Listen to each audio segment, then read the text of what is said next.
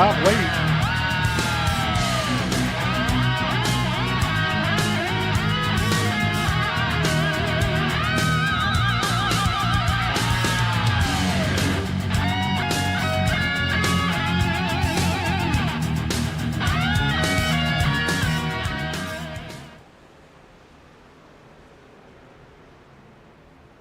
Hello, everyone, and welcome to the AMA, American Motorsport Association, Archway Industrial Coating Truck Series. I am your host, Mark Murphy, and I am joined, as always, by the man, Sam Crow. And Sam, we're having a little bit of problems with the bumper music, but that doesn't mean that we're going to have any problems with the action on the track, my friend. We've got it stocked solid. 25 trucks, by my count, are signed in for this evening's event. And Sam, we had a barn burner tonight. Last night we had a barn burner today in real life. I expect we're going to see more of the same today, my friend.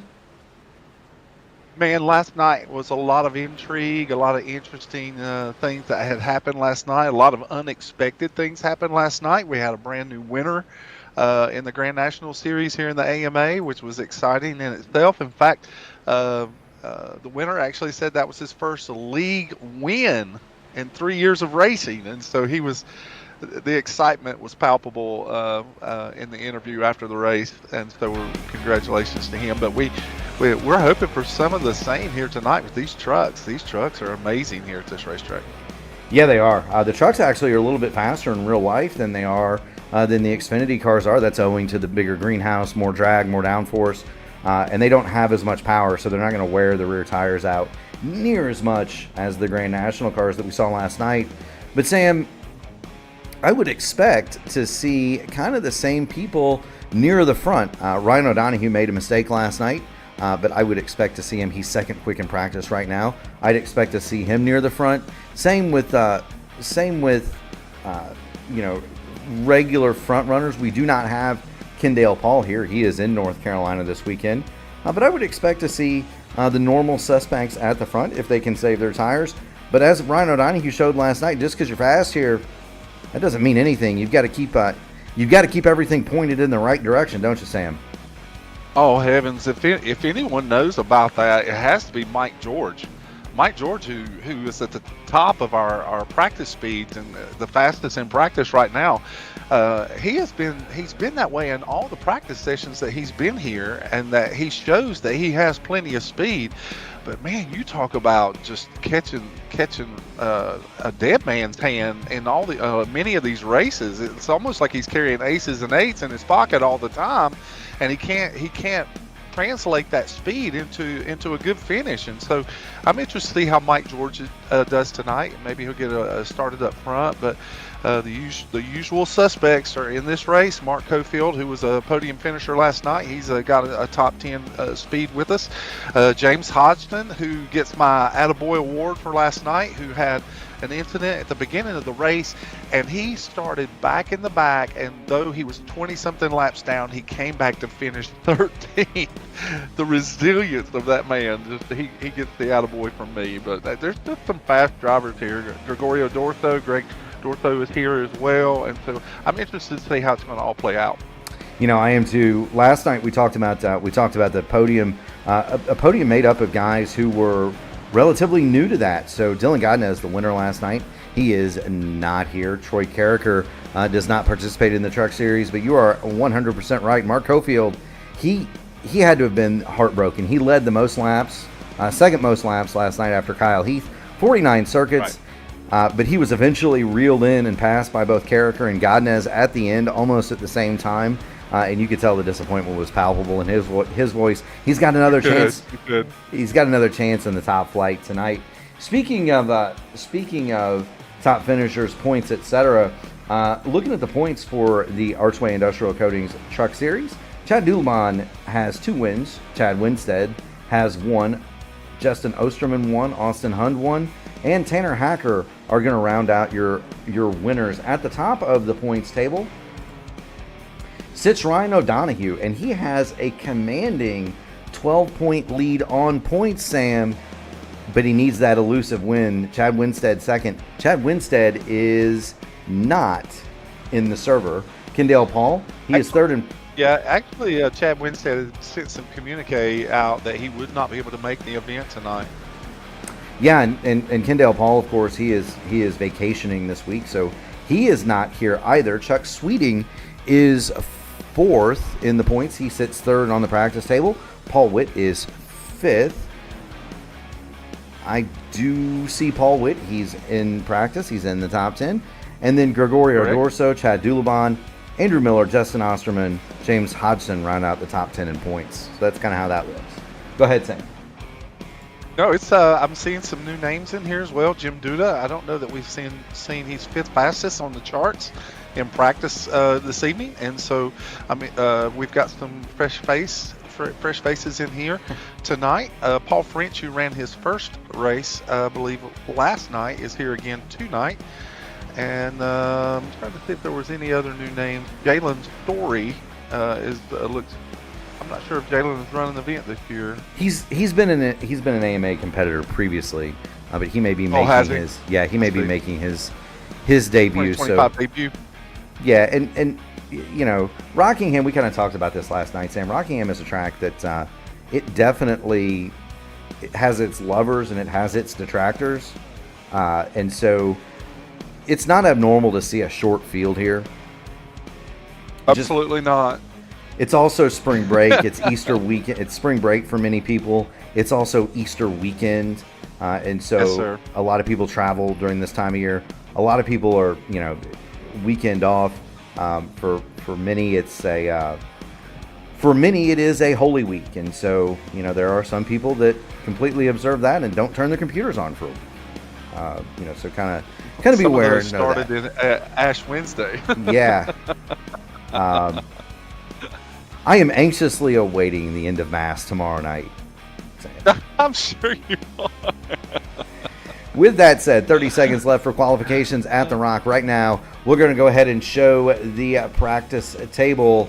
It is Mike George at the top, Ryan O'Donohue second, Sweeting, Hutchins, and Jim Duda round out your top five. Do want to thank everybody who is in the broadcast with us. Do want to shout out all of our fans and viewers. We do have a huge number for a pre-race show in here, Sam. Do want to thank everybody, and as a reminder, if you haven't already done it, make sure you smash the like button on the video, grab the subscribe to the channel, ring the bell so that you can be notified of all future AMA action as well as other P1 broadcasts. That is the end of qualifying, Sam. And we're gonna actually that's the end of practice. It's the end of practice. My goodness, I got ahead of myself. And as I'm as excited to see qualifying as well. I am too. We're gonna, as we normally do, we'll find some guys or gals as you were to ride along with during their qualifying attempts. Let's go ahead and ride along with Brian Sharp. Brian Sharp has had nothing if not bad luck throughout his 2025 AMA campaign. I think he's hit everything but the pace car, and he might have a cartoon anvil that follows him around, Sam. He said he actually got hit at some point this season. He got hit on pit road by the pace car. He got hit on pit road, which... I would love to see him change his paint scheme to Wile E. Coyote. Well, he's got Tweety. It's not Tweety Bird. It's Papa Smurf, I believe, on the side of his car, if I'm not mistaken. There he's going through. Yeah, there he's going through turn number turns 3 and 4. There's Papa Smurf on the side of the 125, and there's Brian Sharp, glistening chrome dummy admin box, Blackmagic Studios. There he goes. Now, a much slower first lap for Sharp, and that could be strategic. Well, he's running a very high line. This line is extraordinarily high for qualifying. Yes, it is. Jim Duda goes to the top of the board. Brian Sharp will come across the line, and he will go 25. He only picked up 1/10. He only picked up 1/10 on that second lap. So he is the slowest on the board. Let's get Ryan O'Donohue up here. We know this guy is going to be fast, although he has completed his 2 laps. Billy Elwell is on the course. We'll go ahead and show Billy's attempt. Liam Anderson Motorsports on the side of that Chevrolet. There he goes through turns 3 and 4. Down the front straightaway, Sam. First lap, 25.327. Let's see what lap number 2 holds for Billy Elwell. These trucks will be just as temperamental as the Xfinity cars were last night. They will react to a lot of the bumps. They're in 1 and 2. I've noticed in practice that a lot of these drivers are moving up the racetrack just simply because it's so unsettled on the bottom side, especially coming off of 4. These trucks are extremely loose coming off of 4 if you're too low on your exit. So what I am seeing is a lot of drivers are utilizing the middle of the track, or even as we saw Brian Sharp going all the way up to the wall. I've saw it at times in practice. Yeah, there's Donald Green. His husband, or her husband. It's a new paint for Donald Green tonight. His wife, Katie, in the chat. My goodness, I cannot talk this evening, but we do thank Donald and Katie for their support. Donald Green puts a lap on the board. He's going to go 26.379 for his second lap. That's going to put him 20th on the table. Here's another one you were talking about prior to the broadcast. Gregorio Dorso. Now, that's a Roar Esports machine, and I've seen he's got a wide net of those Roar Esports cars. I've seen a couple of Indy cars with his teammates in those cars, and so they've got a wide net. So you're saying that team spreads out among the iRacing community? Yeah, I know there was at least one Roar Esports Indy car that I encountered, and I've seen them in IMSA lobbies as well, and so. That is a large organization. Gregorio Dorso. Interesting. Yeah, he's going to bring it down here. Lap 120. Multinational. It has to be multinational. Yeah, 25.275 for Gregorio Dorso. His first lap, it's going to put him 14th quick. The truck at this particular track, I have always found, and it's my favorite. It's my favorite vehicle to drive on this racetrack is the truck.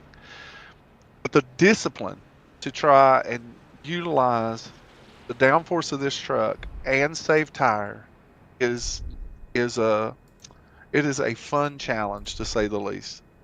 And for some, it's an art, but for most, it's just a fun challenge to be able to run that low line, save tire, and wait and be patient.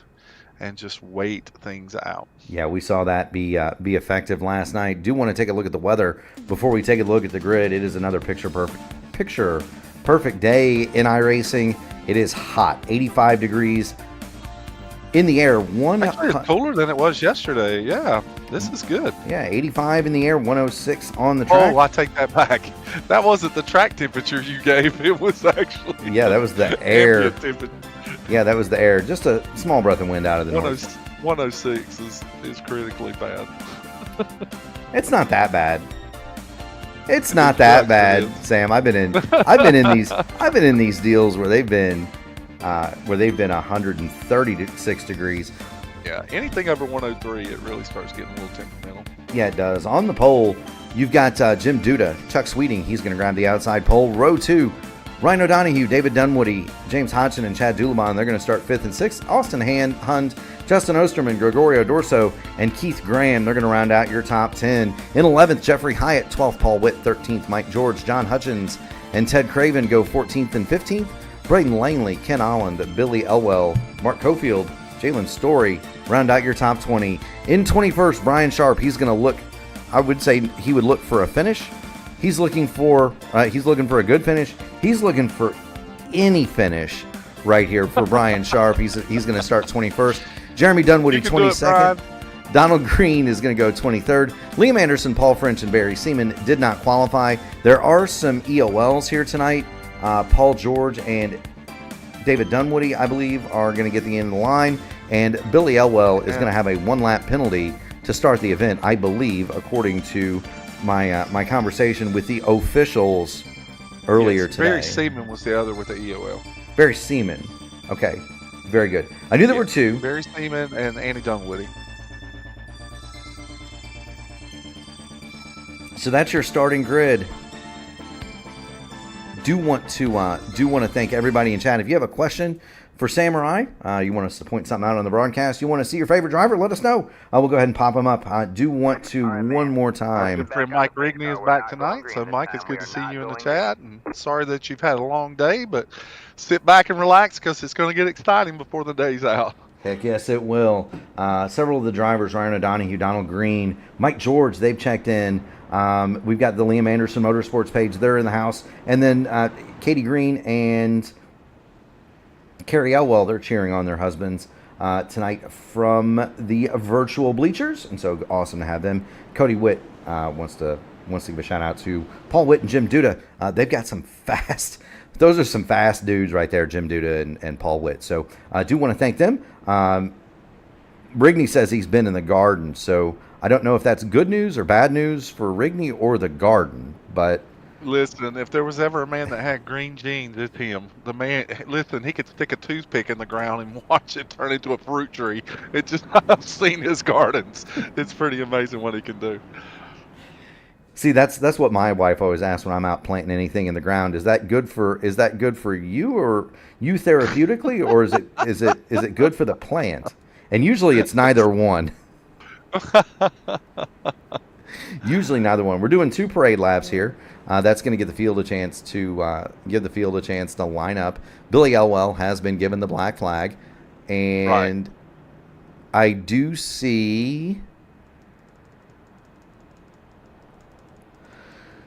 Barry Seaman's already at the back, and I do not see David Dunwoody at the front of this grid, and so I would assume he's going to be making his way to the rear of the field.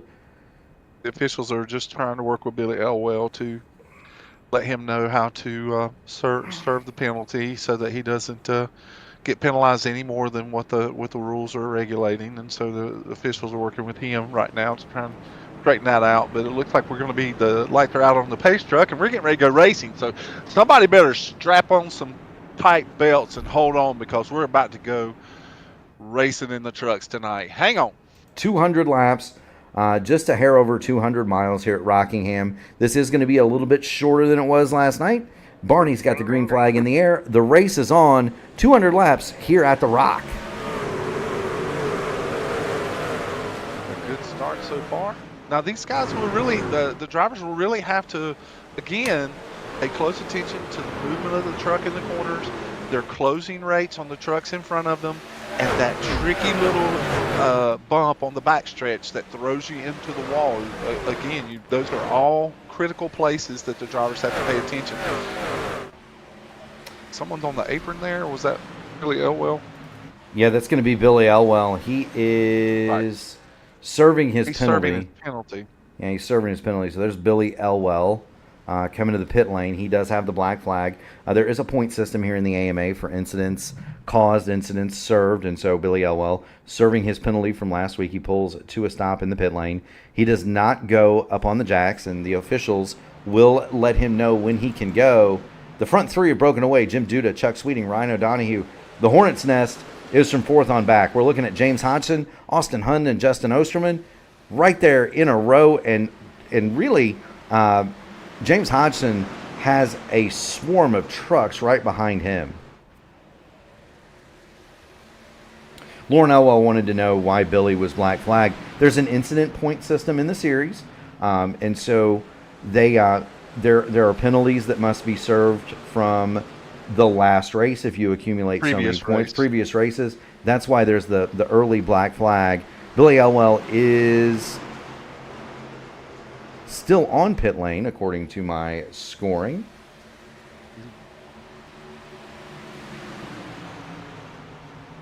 Yeah, he's being released right now. He's being released right now, so there he goes. It must have been a 40-second hold. Yeah, they gave him a 40-second hold, and so Billy Elwell is going to come back on the speedway. Jim Duda, your leader. Chuck Sweeting, second. Ryan O'Donohue, James Hodgson, Justin Osterman, your top five. We're watching the battle for fourth. James Hodgson has it. Justin Osterman is second, or is fifth in that is 5th on the track, second in that line. He wants 4th place. He's going to drop to the inside of James Hodgson. Let's see if he can make that move, Sam.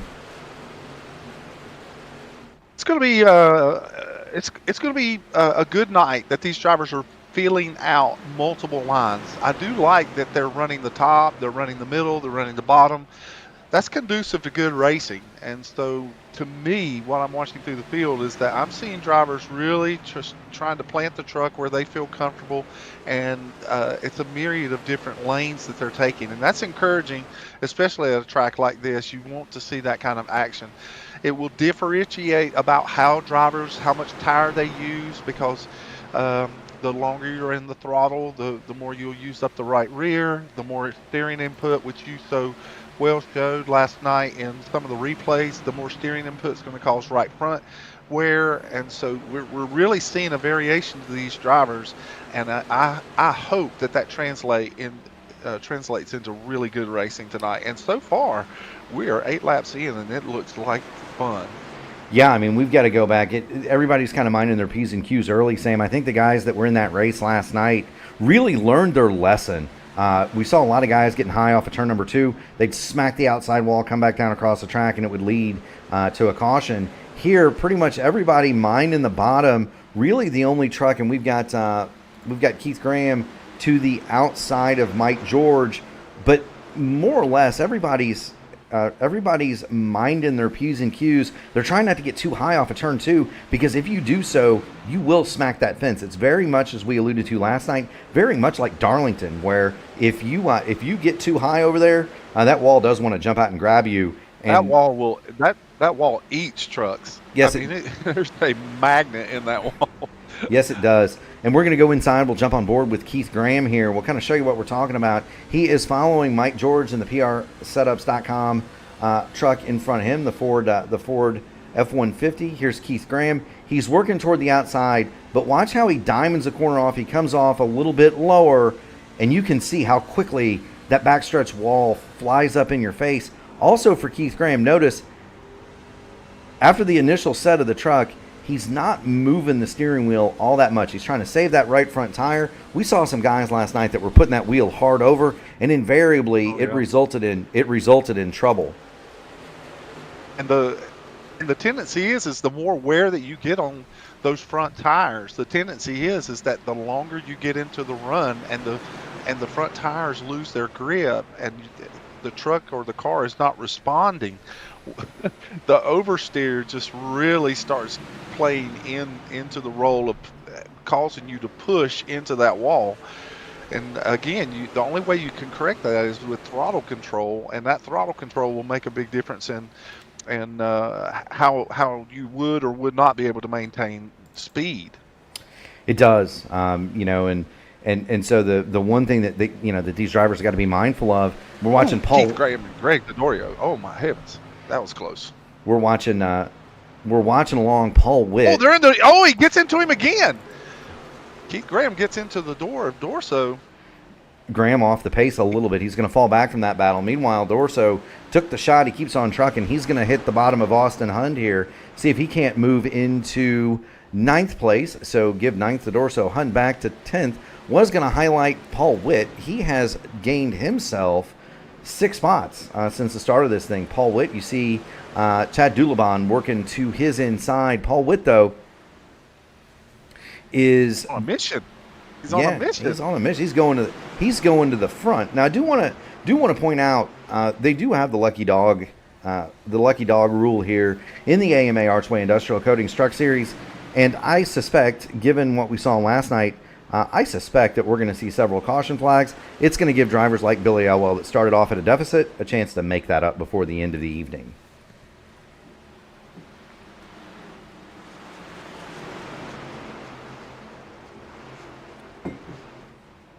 One of the guys we haven't shown pretty much the entire night, 17 laps in, this is the first time we've shown the leader. Jim Duda he grabbed the lead off the start, and he's running away, Sam. He's got a 0.7 of a second lead off over Chuck Sweeting. Chuck Sweeting in the purple and black chrome machine. They're in an area code all by themselves. Yeah, they've run away. Ryan O'Donohue is third, some 3.5 seconds back from them, and then James Hodgson In the forward-facing 88, he's fifth. He is almost 5 seconds off the leader, Sam. And that's really where a lot of the action is being played out right now, is just behind James Hodgson. There's a lot of trucks that are just following him, and they're starting to close in. Paul Witt, of course, we were just talking about him just a few moments ago. Mike George is actually starting to work his way up to the inside of Chad Doulabon now, and it looks like he's going to be making that pass. So this is actually one of the better segments of the racetrack where there's a lot of action going on. Yes, it is, and you've got Gregorio Dorso that just closed back up on this battle. So we'll just kind of continue to keep going through the field here. Here is the 88 admin box, Archway Industrial Coatings, forward-facing 88 for James Hodgson. Justin Osterman, he's going to run along in fifth. Storm Tracker 78 on the side of that truck. Paul Witt is sixth, Simply Blue. He is followed by the Premier Setups. Number 33 of Mike George. And there's Mike.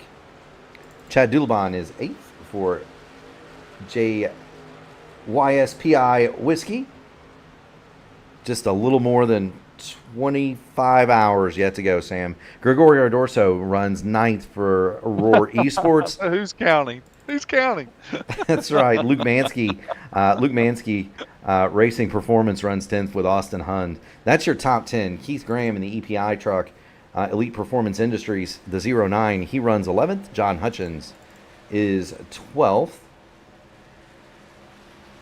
The leaders are actually going to be catching the back of the field. Yeah, let's within 25 laps. Let's get on board with the leader. That's Jim Duda, and he is already pulling up on the back of Paul French. That's the 37 HPH machine of Paul French, and Paul French is in the wall. Oh, he almost hits the leader, bouncing off of the turn 2 wall. He manages to keep it off of him, but wow, what a scary moment there for Jim Duda. I am sure he took a deep breath and white-knuckled that truck. Well, and not only that, you had Billy Elwell there in front. I believe that's Elwell. He was sideways as well. So an interesting set of moments there for our leader Jim Duda. He is disposed of Jalen Story and Paul French. That was Paul French, I believe. Paul French is the one that was in the wall and almost collected the leader. Right. Jalen Story has brought his truck to pit lane. Next on the hit parade would be Barry Seaman, although Seaman is about 5 seconds up the road. Meanwhile, Chuck Sweeting has taken the opportunity to say, hey, I might like to lead some of this thing for just a little bit here. Jim, can you let me be out front for a little while maybe? And here comes Chuck Sweeting. I wonder if Jim is still collecting himself after almost getting taken out. Well, and that's the thing. That's the thing, Sam. When you're the leader, or really when you're any driver, and this is very much a rhythm track. It's a saving track. It's you've got to hit your marks whenever you've got something that's untowed like that happens. It is very difficult. Would he hit to the pit lane? Yes, he is. Sorry to cut you off. But anytime you get your rhythm disrupted in any sort of a way, it can affect you for several laps. I mean, it's not abnormal. Especially in formula cars on a road course, you get your rhythm interrupted. It's not uncommon to see that driver go off. That's an excellent point, Mark. It really is. That you would change your line or change your rhythm and just try to recollect yourself. That's an excellent point. Yeah, I mean, it takes several laps to get going again. Jalen Story does have a black flag. He is now 4 laps down. Paul French has retired the number 37. He is out of the race, so move Billy Elwell to 20. I wonder if he hit that wall so hard that he suffered some wheel damage. Me personally, I think the damage model in the trucks is even more sensitive than any of the other NASCAR models. It is. It doesn't take much. I was doing some practice laps, Sam, and I didn't even hit hard. I just kind of played a little bit of carom pool with it running the high line. It gave me wheel damage, and I said, man, we've got a battle for the lead now. Chuck Sweeting on the inside of Jim Duda. Yeah, we've been showing they're right side by side, and now they're really fighting come off of 4 here. And this is kind of what Ryan O'Donohue wants to see. O'Donohue runs along in third. The more these two fight, they're giving up three to 4 tenths a second. Ryan has actually made up 3 seconds on these leaders. Yeah, they're giving up 3 to 4 tenths a second a lap doing this. And they've been at it now for several laps. And so, they're giving up big chunks of time to Ryan O'Donohue. If it stays like this, he's going to be there in about 3 or 4 laps. We are approaching more lapped traffic. That is, I believe, Barry Seaman up there in the 55. We're going to head back because we've got more battling deeper through the field. Mike George has kind of solidified his grip on 4th place. James Hodgson is 5th. Justin Osterman 6th. Gregorio Dorso has moved to 7th. He's gotten past Austin Hunn. Chad Dulabon is 8th, and he's got a mirror full of Paul Witt. Osterman in the wall off of 4, but he manages to keep going. You have not said that all weekend. I can't believe that you would say that Osterman was in the wall, Sam. I actually did mention him a little bit last night, but not in the wall. You most certainly did. There's Justin Osterman. Justin is Mr. Excitement in this league. There's no two ways around that. Is indeed. Do want to just kind of continue to highlight some guys we haven't shown. Before you do that, I really want to point out that Jim Duda and Chuck Sweeting, as they're battling for the lead here, and there were several laps that they were door to door and giving each other so much room. They were really giving a clinic on how you really should race, and there's by all stretches. They're still doing it. And they're being extremely respectful of one another. They're honoring each driver's line. They know that there's traffic ahead. They're giving each other room, but yet they're still racing for position. I really wanted to give a shout out to those two drivers for the quality of racing. Now they may mess up in the next lap, but for what I've seen so far, it's been really good racing. Yeah, they just put a lap on Liam Anderson. He goes 1 lap down in 21st. Still looking at Sweeting and Duda. Ryan O'Donohue has joined the party. Ryan O'Donohue has cut that deficit now to less than a second. He was 5 seconds behind these two leaders not too long ago. We've got some smoke over here off of turn number 4, but the battle rages for the lead. I would continue to go through the field, Sam. I don't want to take my eyes off of this because it's about to be a because Ryan is coming. Look at that high line and that low exit that he's running right there. Yeah, we'll give the fans the ringside seat here. Ryan O'Donohue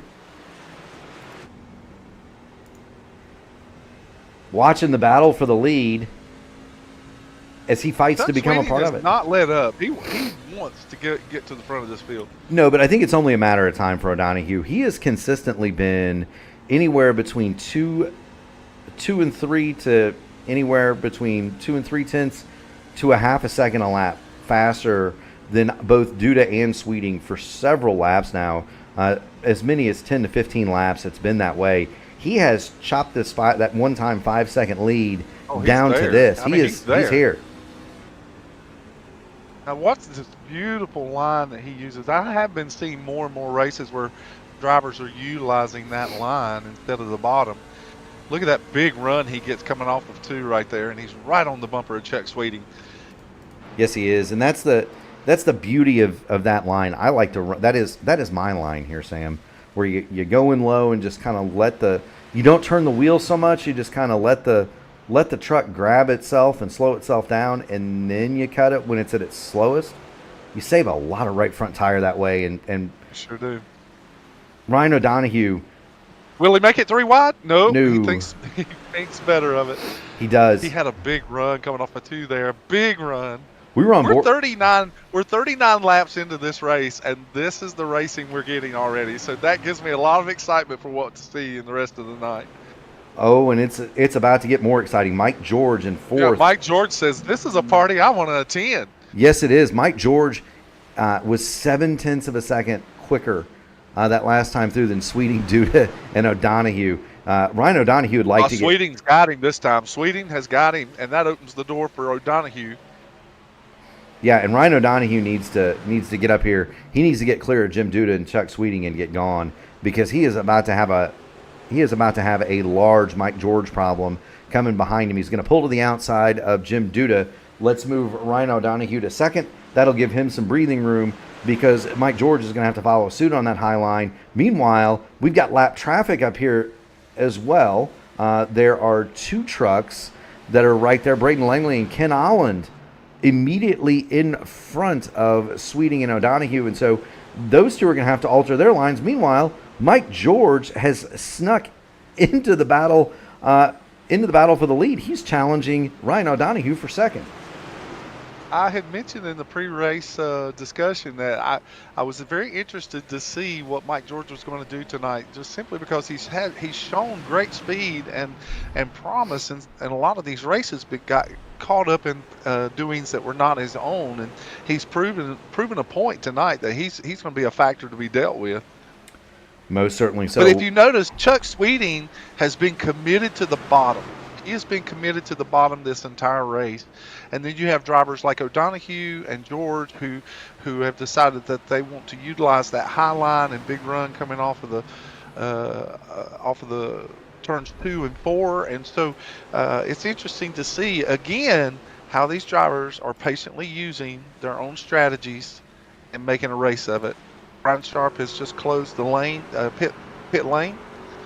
So yes, we're getting close to the end of the stage. Yes, he has. Let's look off the back of leader Chuck Sweeting. He has got a mirror full of Ryan O'Donohue. Here comes Ryan one more time. Big run. Oh, he really drove it in there deep. He's got the most stage points on the season, Sam, and he's looking like he wants some more. Here he goes one more time. Oh, now he's going to go 3 wide. This time he's going to do it. Well, they use the. He's going to get him. Oh, he got into the rear of Sweeting, but Sweeting saves it. What amazing save! Not only that, but what sportsmanship from O'Donohue and Mike George. No question. They saw that, and both of them lifted. Gabriel, the Cringe Hedgehog, says, Rackham, no. Caution is out. Both of those guys lifted to allow Chuck Sweeting the position that he earned. That's great sportsmanship. Ryan O'Donohue immediately got onto the comms and apologized to Chuck. He knew he got in there a little hot and got into the back of him. And you're right. What great sportsmanship that they showed to allow Chuck to gather that truck back up, and what great driving skill for Sweeting to be able to save it. Absolutely. So Chuck Sweeting is going to be your stage winner. Ryan O'Donohue second. Mike George is third. There's Mike George. Jim Duda is going to be fourth after leading the balance of the stage. James Hodgson, he'll round out your top 5. Austin Hund is 6th. Osterman 7th. Gregorio Dorso brings home the Roar Esports machine in 8th. Chad Dudelvon in 9th. And there's Chad. Haven't talked about him all that much, but there he is in 9th. And Paul Witt for Simply Blue. Pools is going to round out your top 10. And Sam, is there any chance that anybody's going to stay out for track position here? Or are we going to see wholesale pit stops? Well, this particular event, there is only 4 sets of tires. So there really isn't a whole lot of room to gamble, so to speak.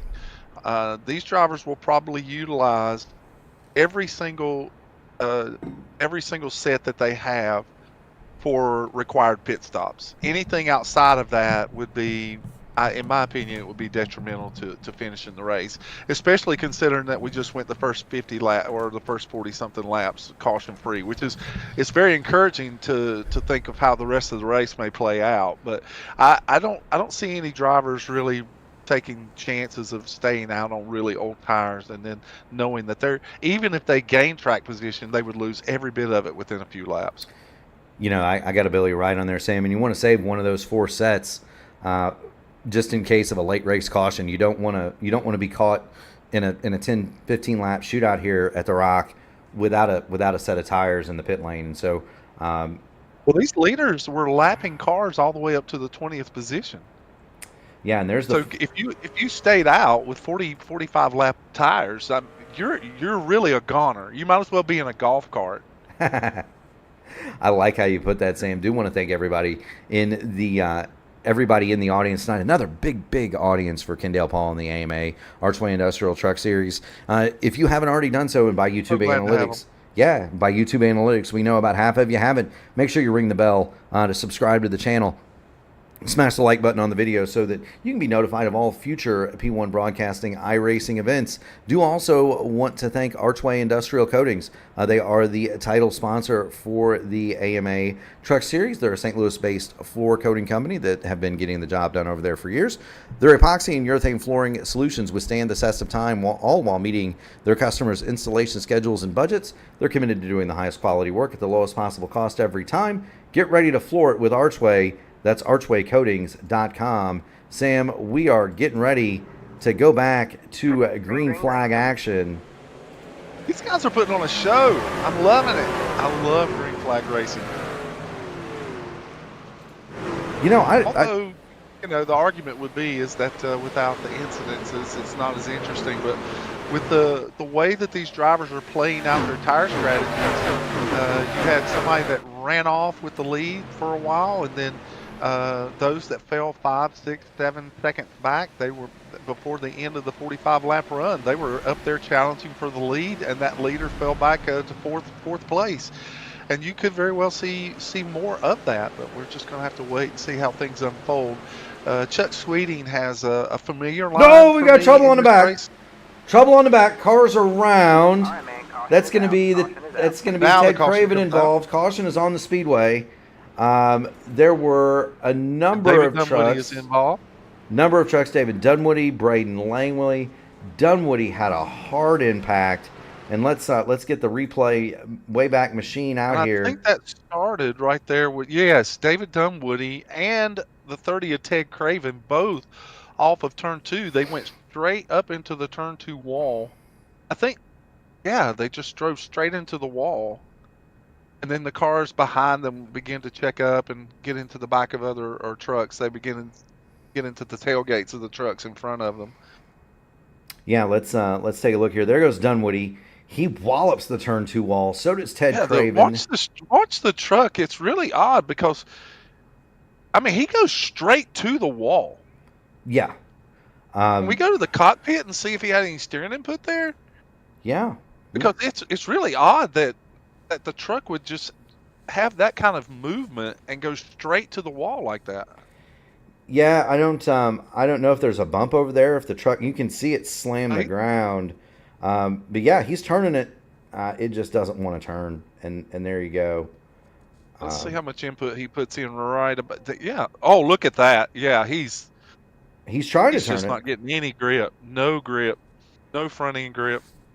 No, and then some hard impacts for Dunwoody.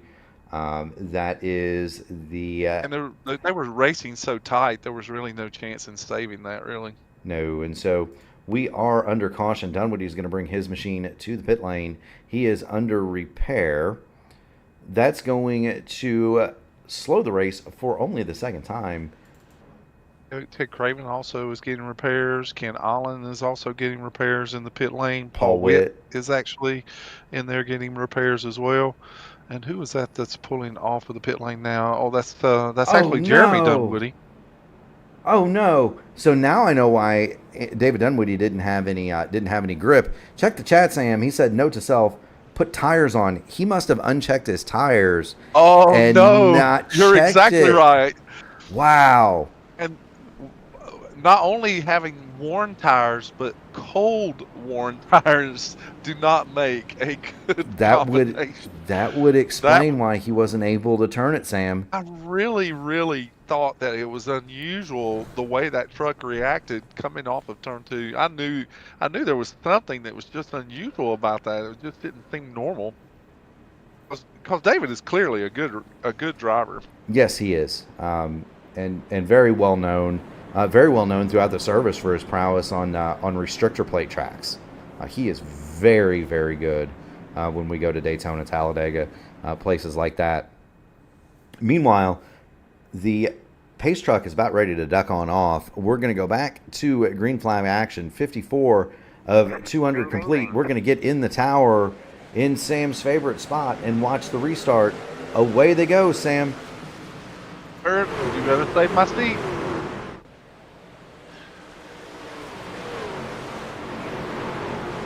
I wonder if that was Ted Craven's situation as well, the way that he called that as well, following Dunwoody up into the turn 2 wall. But No idea. Now we're gonna see.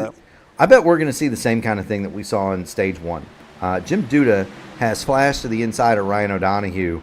Duda is gonna try to go straight to the front. Meanwhile, I would be willing to bet you a shiny new dime, Sam, that we're gonna see Ryan O'Donoghue lay back and wait, just kind of run his pace and come to the front at the end. Well, it certainly proved to work well for him in the last stage, and he was able to get up to the front by the end of the stage and fight for the lead. Chuck Sweeting, now that he does not have Duda in front of him to dictate to him how he wants to run his line, or that he might be racing a little harder than he normally would, I'm interested to see how he handles being out front on running that low line like he is most of the race. It's a great point, Sam. Meanwhile, let's go. I'm gonna flop back to 10th place. I'm knocking, Sam. Oh. I'm knocking, but that's the 125 of Brian Sharp. He has made it up into 10th. He has not yet hit anything, and they are dealing with a wounded 84 truck of Ken Olland out there on the racetrack. Olland is 3 laps down, but that truck is not up to full pace, and there were some close calls there for the leaders riding on board with Brian Sharp. And he is still out there, and as some of the other trucks that are running in the top 10 are trying to navigate around him, and they're 2x2, 4 deep, coming through 1 and 2. And the lap truck of Olin is still there, but he's doing a good job. He's holding his line and allowing these drivers to get around him. Paul Witt thinks better of getting in the inside of Donald Green, but Donald Green washes up the racetrack. He almost takes out Ken Olin, but he's able to save it. Now we're 3 wide. Now Billy Elwell will be making a charge at him down the front stretch. Woo-wee. Donald Green, another one, 16th, still on the lead lap. That is a really, really, really nice run so far for Donald Green. Let's hope. Oh, and the 44's in the wall as he blinks out. Jalen Story hit the wall hard in turn 2 there. There's a lot of talk about his connection, and so Jalen Story is now falling back behind Ken Olin. He may have suffered some damage. The truck is really going slow. Yeah, and we've got Logan Edwards in. He said he just joined the broadcast. The first thing he hears is me talking about betting you a shiny new and now dime. we've got, who is this? That's Braden Langley down the backstretch. He just can't. Looks like he hit the wall in 2. No. Or did he just lose the back of the truck? I think he just might have lost the back of the truck. He just got loose and went down and hit the inside retaining wall down the backstretch. It doesn't appear as though there is any damage. We see David Dunwoody pull his truck back onto the racing surface. Braden Langley looks okay. Everything moving still in the right direction.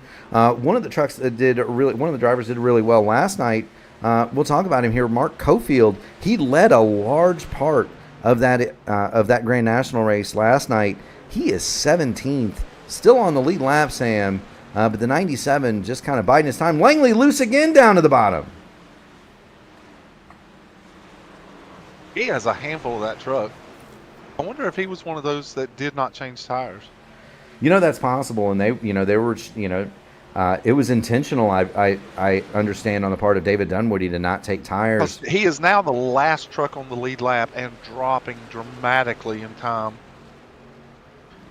Yeah, I think the thought might have been if there was going to be another quick caution, they would have an extra set.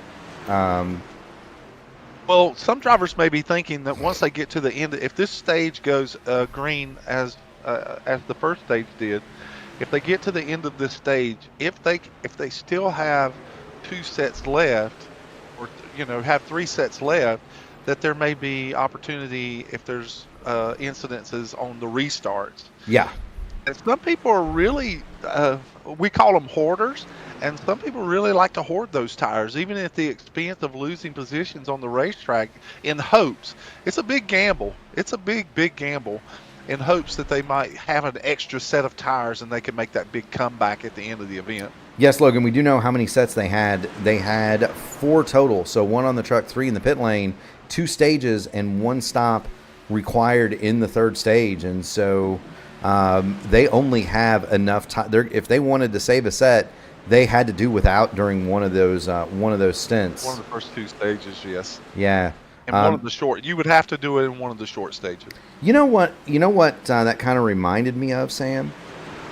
Mike Rigney used to do that, and when in the first couple of seasons of the ISRA, when he was running trucks, Xfinity cars, and so on, he would force you guys to do a 3-stint race with one change of tires or something like that. Yes. Well, Mike always had the foresight to try to utilize the factors of the sim to make us to challenge us on fuel strategy. Maybe run 0.75% fuel load, or lower the number of sets of tires, but have more laps to run on those tires. And it would just force you to either save tires, save fuel, or work a strategy. And Mike was he's always been one that tries to push the challenge level for the drivers that are a part of his leagues. Yeah, and you can watch the ISRA Open Wheel Series Monday night here at 9:35 on the P1 Broadcasting Network.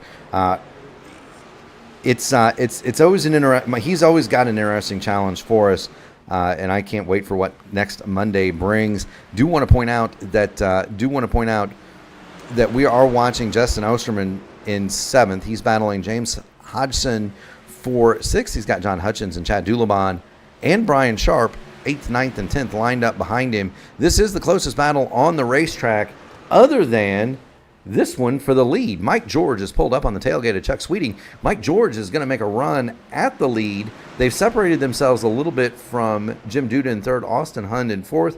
Ryan O'Donohue has fallen back to 5th, and there you see him just at the top of your picture.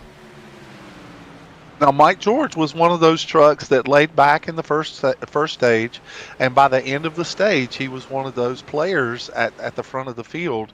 And so, again, Mike may have a different strategy here to see how hard he can push his truck and where he'll be at the end of that 45-lap mark, so that he'll know exactly how he wants to play the last stage of the race. In instances like that, many drivers will try to see how hard and how fast that they can go in a brief stint instead of a full fuel run. They may see how hard they can go on a shorter fuel run and how much time they can make up, or how much time that they can save, and just so that they'll know how to run the last stage. Yeah, that was something that I always like to do with these stage races, Sam, is you can treat one, 2, or both of the first 2 stages as kind of test sessions. Yes, you know what you got when the 3rd stage rolls around. Now, if you're at the front, you don't want to lose a bunch of track position. Chad Dulabon and John Hutchins are going after it back here. And Hutchins gets into the wall. Oh, great sense of awareness there by Dulabon. He knew to move out of Hutchins' way a little bit. Yes, he did. We've also got Justin Osterman now. He is all over the back of James Hodgson. He wants by that 88 badly to move into the 6th spot. The problem is that James Hodgson is running the line that Osterman wants to run. He's not blocking him per se. He's just running right where he wants to be.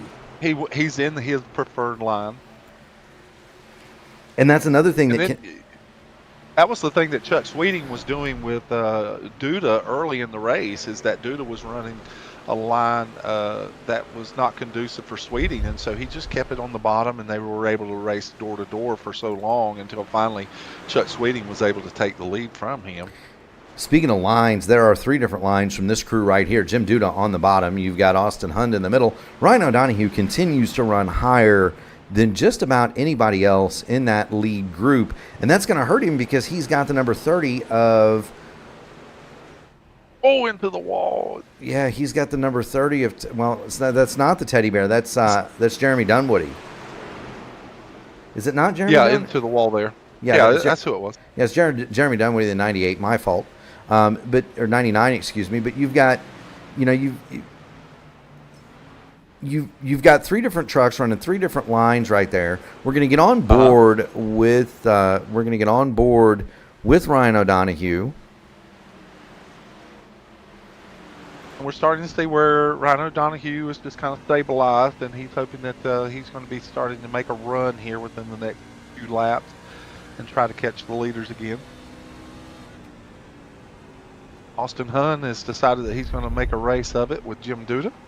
Yeah, we've got a ringside seat for that action. You can see the leaders off in the distance up there. There's Austin Hunt. He's going to drop to the inside of Jim Duda. These pictures brought to you, by the way, from Whiplash SimCams. Do want to thank them for their support of the P1 Broadcasting Network. They provide all the track cameras for all of our events. If you need cams for pictures, anything like that, Whiplash SimCams. That's where we get these angles. Right now, we're looking at we're in Ryan O'Donoghue's visor. We're watching the battle for third in front of him. That's caution on the Speedway. And that is Ken Holland, who has parked it broadside in the backstretch.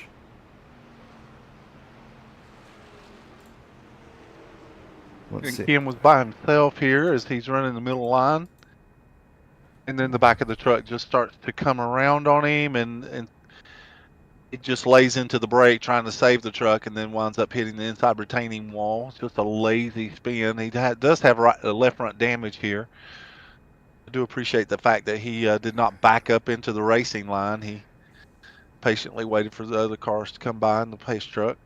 Yeah, that's carbon copy of some of the incidents we saw last night. Just loose off of two. Yes, sir. Turn it left and hard impact to the front of the automobile with the inside retaining wall. Caution on the Speedway. Do want to thank all of the people in the audience. We do have another big one, and so we do appreciate that here at the P1 crowd. Yeah, another great crowd. Another big one. We do thank everybody at the here at the P1 Broadcasting Network for joining in. If you haven't already done so, make sure you grab the like button on the video, ring the bell to subscribe to the channel, be notified of all future P1 Broadcasting iRacing broadcasts.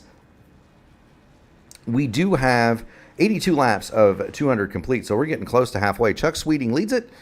Jim Duda second, Austin Hunt third, Ryan O'Donoghue fourth, Justin Osterman is fifth.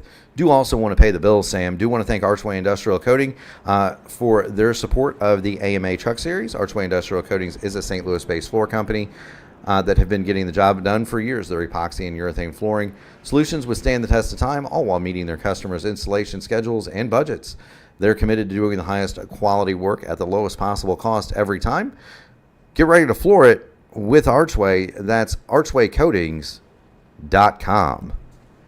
Or you can see Sean Mott. Sean is not signed in tonight, but he normally runs the number 5 in both the AMA Xfinity Series, that's the Black Magic Studios Grand National Tour, and the Archway Industrial Coatings Truck Series, which he supports, or which he sponsors. And so, do want to thank Sean for his support of the series. And if you need a new floor, Sam, I think we know where to go.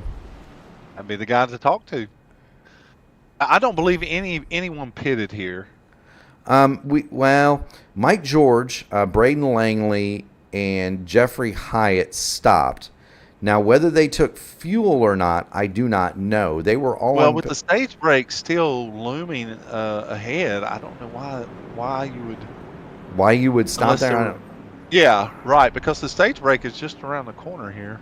Unless maybe. I do want to point out too that Liam Anderson was able to get his lap back, and so he was only one lap down, and he was the lucky dog candidate.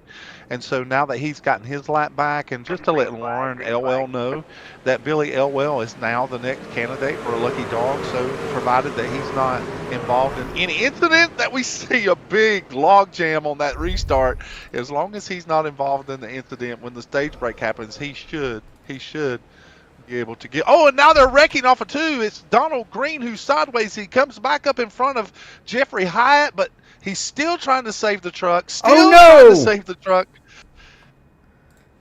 We still don't have caution. They were down off of the racing surface, I believe, when they made that contact with Ken Allen. Donald Green desperately trying to save the truck. They were below the yellow line. No caution on that action. Careful, boys. Oh, wow. Oh, my goodness gracious. So everybody gets through there. No caution, to the chagrin of Billy Elwell. Donald Green is trying to just get that thing going back in the right direction, but the tires are extremely hot. He has no grip. He also doesn't have a set really to put on it. And so Donald Green is going to have to tread very carefully here. We're watching the number 51. He's going to have to tread very carefully here for the next 4 or 5 laps. It's going to be like driving on ice, Sam.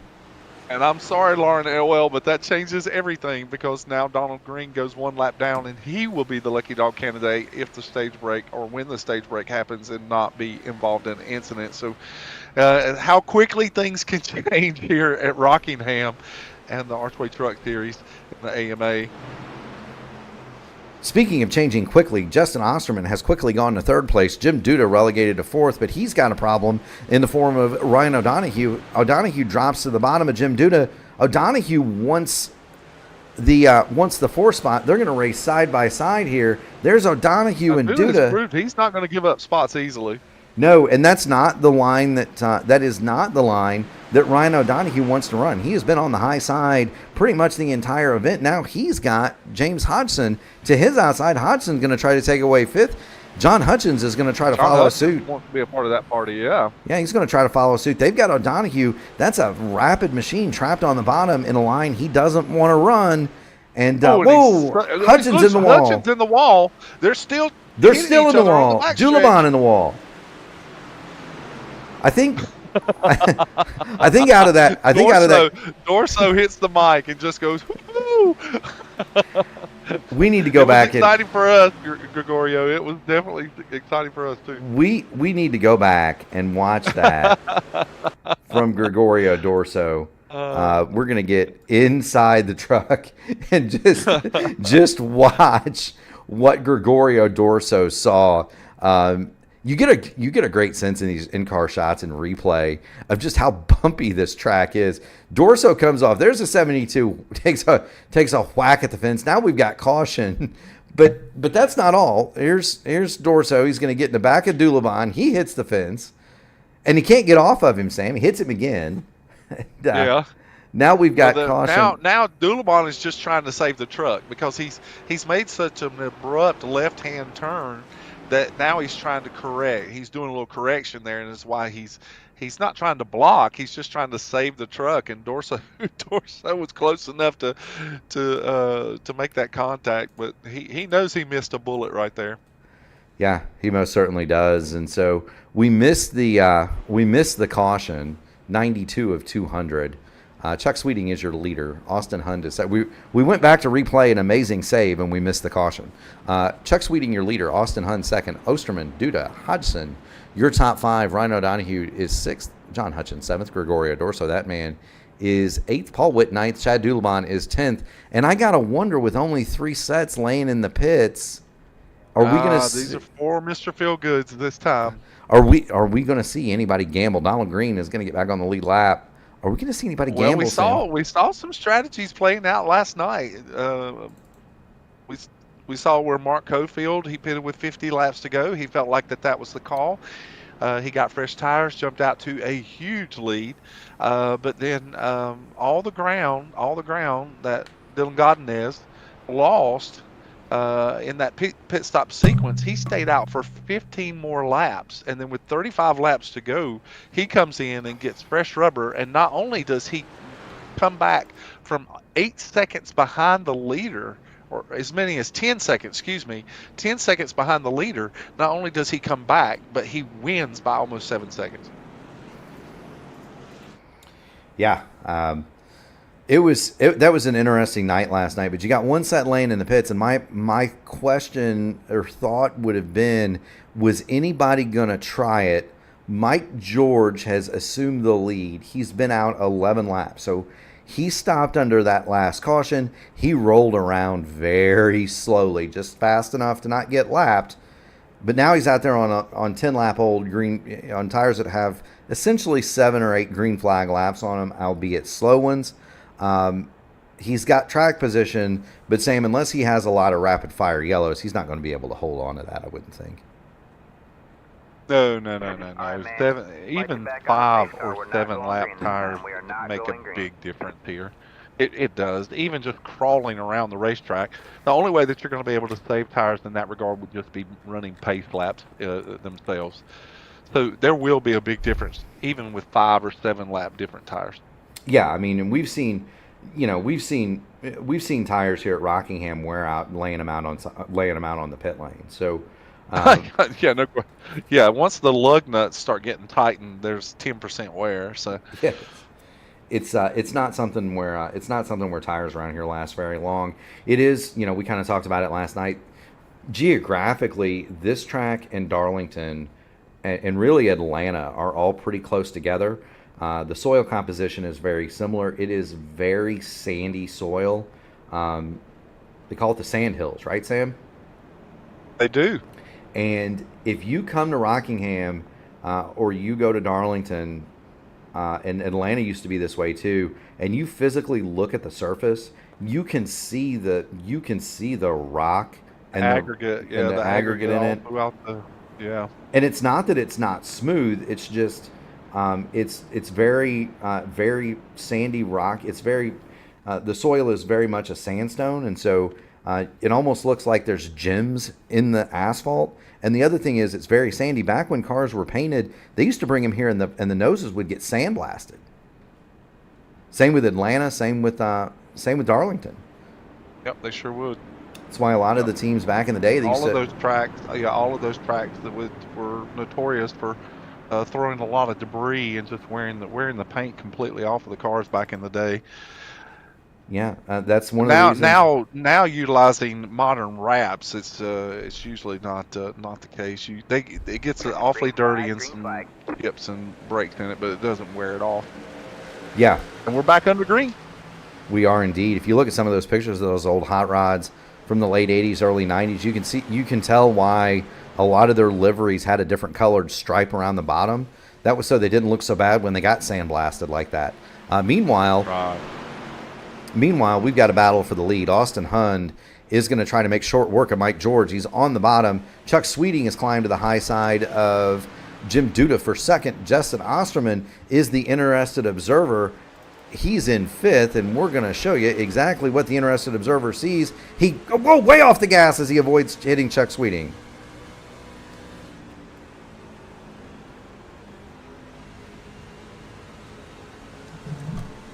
These guys really have done a great job on the starts of just settling in and just waiting a lap or two before they get too racy. Osterman dives on the inside of Chuck Sweeting here. And now he makes a big run as he has nothing but Duda in his sights now.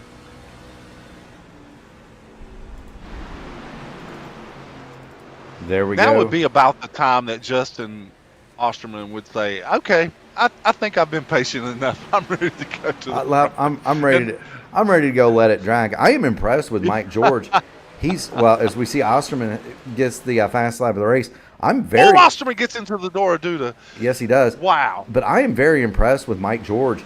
He has maintained the lead here, and I don't know if that's Austin Hund saying, all right, I know you're on old tires. I'm just going to save my stuff while these two guys behind me duke it out. I don't know if that's the case, or if it's truly a case of Mike George did he save enough that he's able to run competitively up there? Excuse me. Well, it could very well be. We don't know if he's decided that he wants to push the front of this stand a little harder than he had before, and that he's trying to utilize a little bit more tire. We can't read the mind of Mike George, but Mike has proved that all night long that he has speed and pace and the ability to save some tire. So you can't really question the man's abilities of how he wants to run the race tonight. And he could have very well saved enough tire to make enough of a difference for a few laps. But over the long haul, you could see him start to fall back. You most certainly could. We're watching Justin Osterman. He has now caught the battle for the lead as they put another lap on Ken Holland. This is going to put him 5 down. The top 3 all passed. Wow, Holland. He drove that in deep. Yes, he did, and he closed right back up on Austin Hund. If Austin Hund was saving tires, and Osterman, he's not saving nothing. If he was saving tires, might be time to start using them. Austin Hund sees Justin Osterman climb to the high side. They still have not yet managed, though, to get around the machine of Mike George, who is the leader. Mike George. Well, it certainly has got interesting up front here as Austin Hunn is decided that he's not going to so easily give up second position here to Justin Osterman. And Osterman, which has been the MO for the last few laps, tries to dive it in there hard into turn one. But they're making a race of it here. And Mike George is looking in his rearview mirror and saying, have at it, boys. Have at it. Yeah, and that's the thing. The best thing that can happen for Mike George is for Osterman, Hund, Duda, and Sweeting all to start fighting tooth and nail for position on their own and not challenging him. The less that he's under fire, the more he can save, and that just makes his strategy come good. Eventually, those tires do equalize. It takes a long time. But they do. They do equalize. And the longer this goes, the better it is for Mike George. For Austin Hund, though, he needs to either move or clear, or Justin Osterman's going to clear him. Well, he's like a predator at this particular point, just waiting for Austin Hund to make a mistake. He tried to make a pass on the inside. He tried to make a pass on the outside. He's clearly shown that he wants to get past Austin Hund, but now he's settled in here, and he's just waiting for a moment just that he can take advantage of any mistake whatsoever. Yes, he has. Oh, he dives it in there hard again on Austin Hund. Yes, he is. If there's one truck that is not saving tires at all, it is the number 53 of Justin Osterman. I would anticipate he is going to be among the first to pit lane. Do want to thank everybody who is joining us tonight for the Archway Industrial Coatings Truck AMA Truck Series. Hard in the wall, Austin Hund. That did not do that truck any good. Austin Hund whacked the turn 4 wall a ton, Sam. Well, he finally relents after that hit going into one, and Osterman is now moves into the second position. Yeah, he's probably doing some kind of inventory of how bad the truck might be or any damage that he may have incurred. Justin Osterman, he's fell back now about four truck lengths. Yes, he has. Now Justin Osterman's done an inventory. He says, "Does it still have 4 tires on it?" Yep. Is the sunny side up? Yep. I think I'm going to challenge for the lead. He's pulled right up. The pedal on the right still work? Yep. He's wasted no time in pulling on the back up at the back of Mike George. But it really makes you wonder how many more laps he can push this truck that hard. It does. But kudos to Mike George for staying out. He is 28 laps on his current run. Everybody else 17 laps. And kudos to everybody who stuck with us.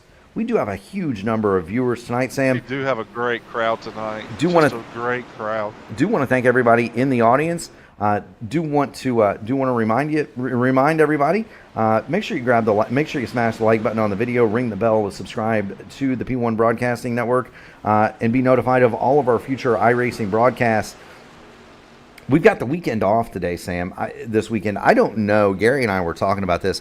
We don't know that we have had a weekend without a stream since the channel was founded. Wow, you guys are more than ready and well deserved. Yeah, I don't know. I don't even know that we took the weekend after Christmas off, to be honest. But so we looked at the schedule. We were looking at the schedule today, and Gary said, I don't think we have a race this weekend. And I said, nope, I think I'm going to go to church and enjoy the traditional teriyaki chicken and play with my kids and hide some Easter eggs and do the whole bit. Yeah, nothing says Easter more than teriyaki chicken. It's my wife's family's teriyaki chicken and steak. That is my wife's family's tradition. I love it. I love it. Well, to be fair, her dad's from Southern California, so her dad is from near San Diego. And that is their thing. They make teriyaki chicken on Easter, or teriyaki chicken and steak on Easter. That's really cool. Yeah. I am not from Southern California. I prefer ham and I prefer steaks and a nice country ham, but they don't listen to me. Anyway, Justin Osterman pulls it down to the bottom. He has not been able to get by Mike George, and I wonder, kudos to Mike George for being able to stay up there 32 laps on those tires. Now he's taking the truck way up to the top side. Yes, he is. And he's going to get. That's a lot of drivers will do that. Once they start noticing the characteristics of the tires may be changing, they may move their line in order to see if they can find more grip or a little bit more speed. And while we know that Justin Osterman really pushed his truck to get up front there, Mike George had clean air. He had clean air and the ability to run and pace himself at his own speed. And though he's been able to maintain that speed and hold the lead position, he's now he's experimenting around the racetrack to see what's going to work best for a worn tire. Yes, he has been. We're gonna get in the P1 helicopter and watch the difference in line here. Osterman's on the bottom, but Mike George way up at the top of the racetrack. He's doing everything he can to try to find some grip. That's higher than I've run here. That's precariously close to Handsome Harry land. Yeah, that's definitely a Harry Gant line. Now sure. you can do that in 3 and 4. I wouldn't want to do that in 1 and 2, Sam. Oh no, not with that turn 2 wall. It's dangerous. It is such precariously dangerous ground up there around turn 2. But look at the monkey see monkey do. So Osterman saw Mike George move up the racetrack. George pulled away a little bit. Justin Osterman didn't go all the way to the top, but he definitely moved his truck to the middle. So, well, again, he may be just trying to work the truck where he's not where he's trying to get clean air on the nose, but he wants to see what Mike George is doing up there, so that maybe it'll be something that'll work for him. He better be. What we've actually found too is that Austin Hunn, despite how hard he hit the turn 4 wall, apparently that truck's not hurt so much that he's lost a position. He's actually holding third steadily. Yeah, he's actually started to move back in on Justin Osterman. Austin Hunn running more or less the bottom. Behind him, Jim Duda's in the middle of the track. Chuck Sweeting on the bottom. Ryan O'Donohue is in the middle to the top, and O'Donohue is going to try to pull it to the outside of Sweeting. Going into turn 1, we'll flip back and watch that. And O'Donohue is in that precarious spot high, but see how he diamonded it off there, Sam? There goes Hunn. There goes Hunn with a big run off too. There you see it. So that would tell me that Justin Osterman cooked the tires trying to get up there and race with Mike George. Hunn cooled his off, and he's going to go by here. Oh, now the lap truck of Donald Green is up ahead of these as they're fighting for the position. You could not have fit a ham sandwich between those two vehicles. Oh, Justin gets into the back of him on entry. And now they make contact with Donald Green, who's just trying to stay out of the way. And poor Donald Green, he whacks the wall a little bit. He keeps it moving in the right direction. But and Donald Green's just, he's in his truck thinking, I'm trying to stay out of the way, guys. I'm trying. Well, and I'll tell you what, Justin Osterman, we're going to get on board with him because remember that thing we talked about with the steering wheel and turning it all the way to the hard right? Yeah. He had to have had it hard over. Oh, he gets loose there off of 4, but they don't make contact. No, they don't. Now Austin Hunn takes second place. Justin is really just trying to utilize what's left of those 4 good years, because now we see Ryan O'Donohue, Jim Duda, Chuck Sweeting. Now there's blood in the water. Blood in the water. They know he's cooked his stuff. Everybody knows it. They all saw how hard he was driving. They know that the temperatures are raised on the right front, the right rear, and probably inside the helmet at this point. And so you got to strike when the iron is hot. Justin Osterman looks up and he sees Chuck Sweeting and Ryan O'Donohue behind him. He's going to race hard, but I don't know that there's any way he's going to be able to hold these boys off. Chuck Sweeting and Ryan O'Donohue did a masterful job of saving their tires in the first run of the race. I don't see how this is going to be any different. There's still 75 laps left in this event. There's a lot of racing left. Yeah. Oh, no, there is. But the stopwatch tells the story, Sam. The stopwatch tells the story. I am amazed. Mike George has done a masterful job. Yeah, I'm amazed. He really has. He's a 10th clear of the field.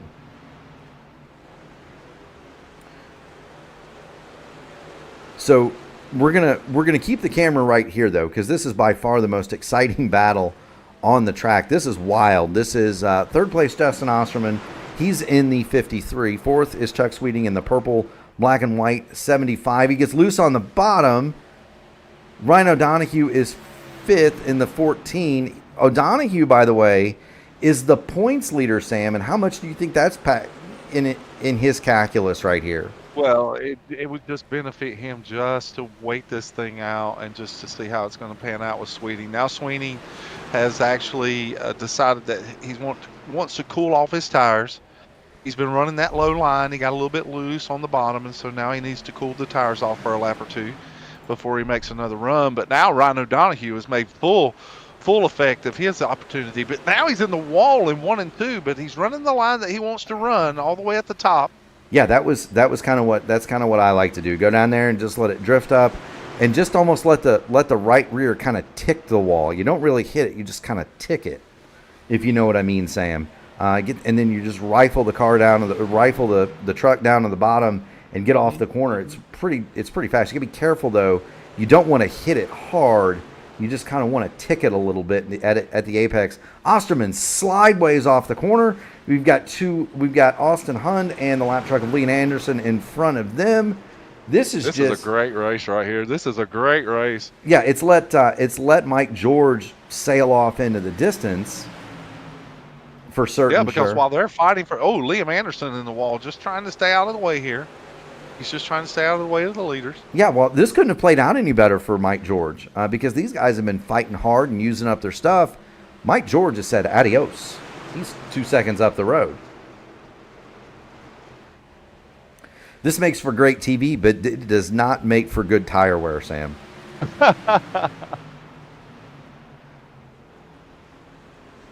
O'Donoghue. You can imagine drivers like Ryan O'Donoghue and Chuck Sweeting, and they feel like that they may very well feel like that they have more pace. But Osterman has proved that he's going to run a line that they're going to have to earn it. They're going to have, if they want to get around him, they're going to have to earn that spot. Yeah, he wiggled. As he gets a little loop off 4 there again. He wiggled pretty hard off of 4, and Ryan O'Donoghue is going to pull to the outside going through turn 1. This is a good opportunity for Ryan O'Donoghue here. He's still on the outside. Now Osterman should give him that room. They make contact. Oh, he runs him to the wall. Runs Ryan O'Donoghue to the wall. Yeah, that's kind of questionable. We'll leave it up to the stewards to decide that. We are not the stewards, but that was an interesting choice there for Justin Osterman. Ryan O'Donoghue almost has the pass completed. He's worked on this for the better. It's really not something that comes into play at this particular track, and so you're not going to get much of what we would call side draft off of another truck. No, but now speaking of side draft, Chuck Sweeting now pulls it right up on the door of Justin Osterman. He's going to go to the inside of the 53, and now Chuck Sweeting is going to try to make that pass. He's got the inside the preferred line. He's going to go through. Sweeting did something different that time. He drove it in much deeper that time to clear Osterman going into 1. He did indeed, and now next up on the hit parade is going to be Jim Duda. Duda led for much of the early stages of this event. He is now going to turn it left to the inside of the 53, and we'll see if he can make the move stick on Osterman. James Hodgson is the next car in line, and then we don't have another car for another second and a half. Or another truck. That's going to be Paul Witt in 8th. So if Osterman can't arrest his slide here in front of Duda, he's likely going to be able to slot right in. Do want to just kind of, while we've got a lull here, we're approaching green flag stops. Kind of show everybody else that's in the race. We've got we've got Jeffrey Hyatt.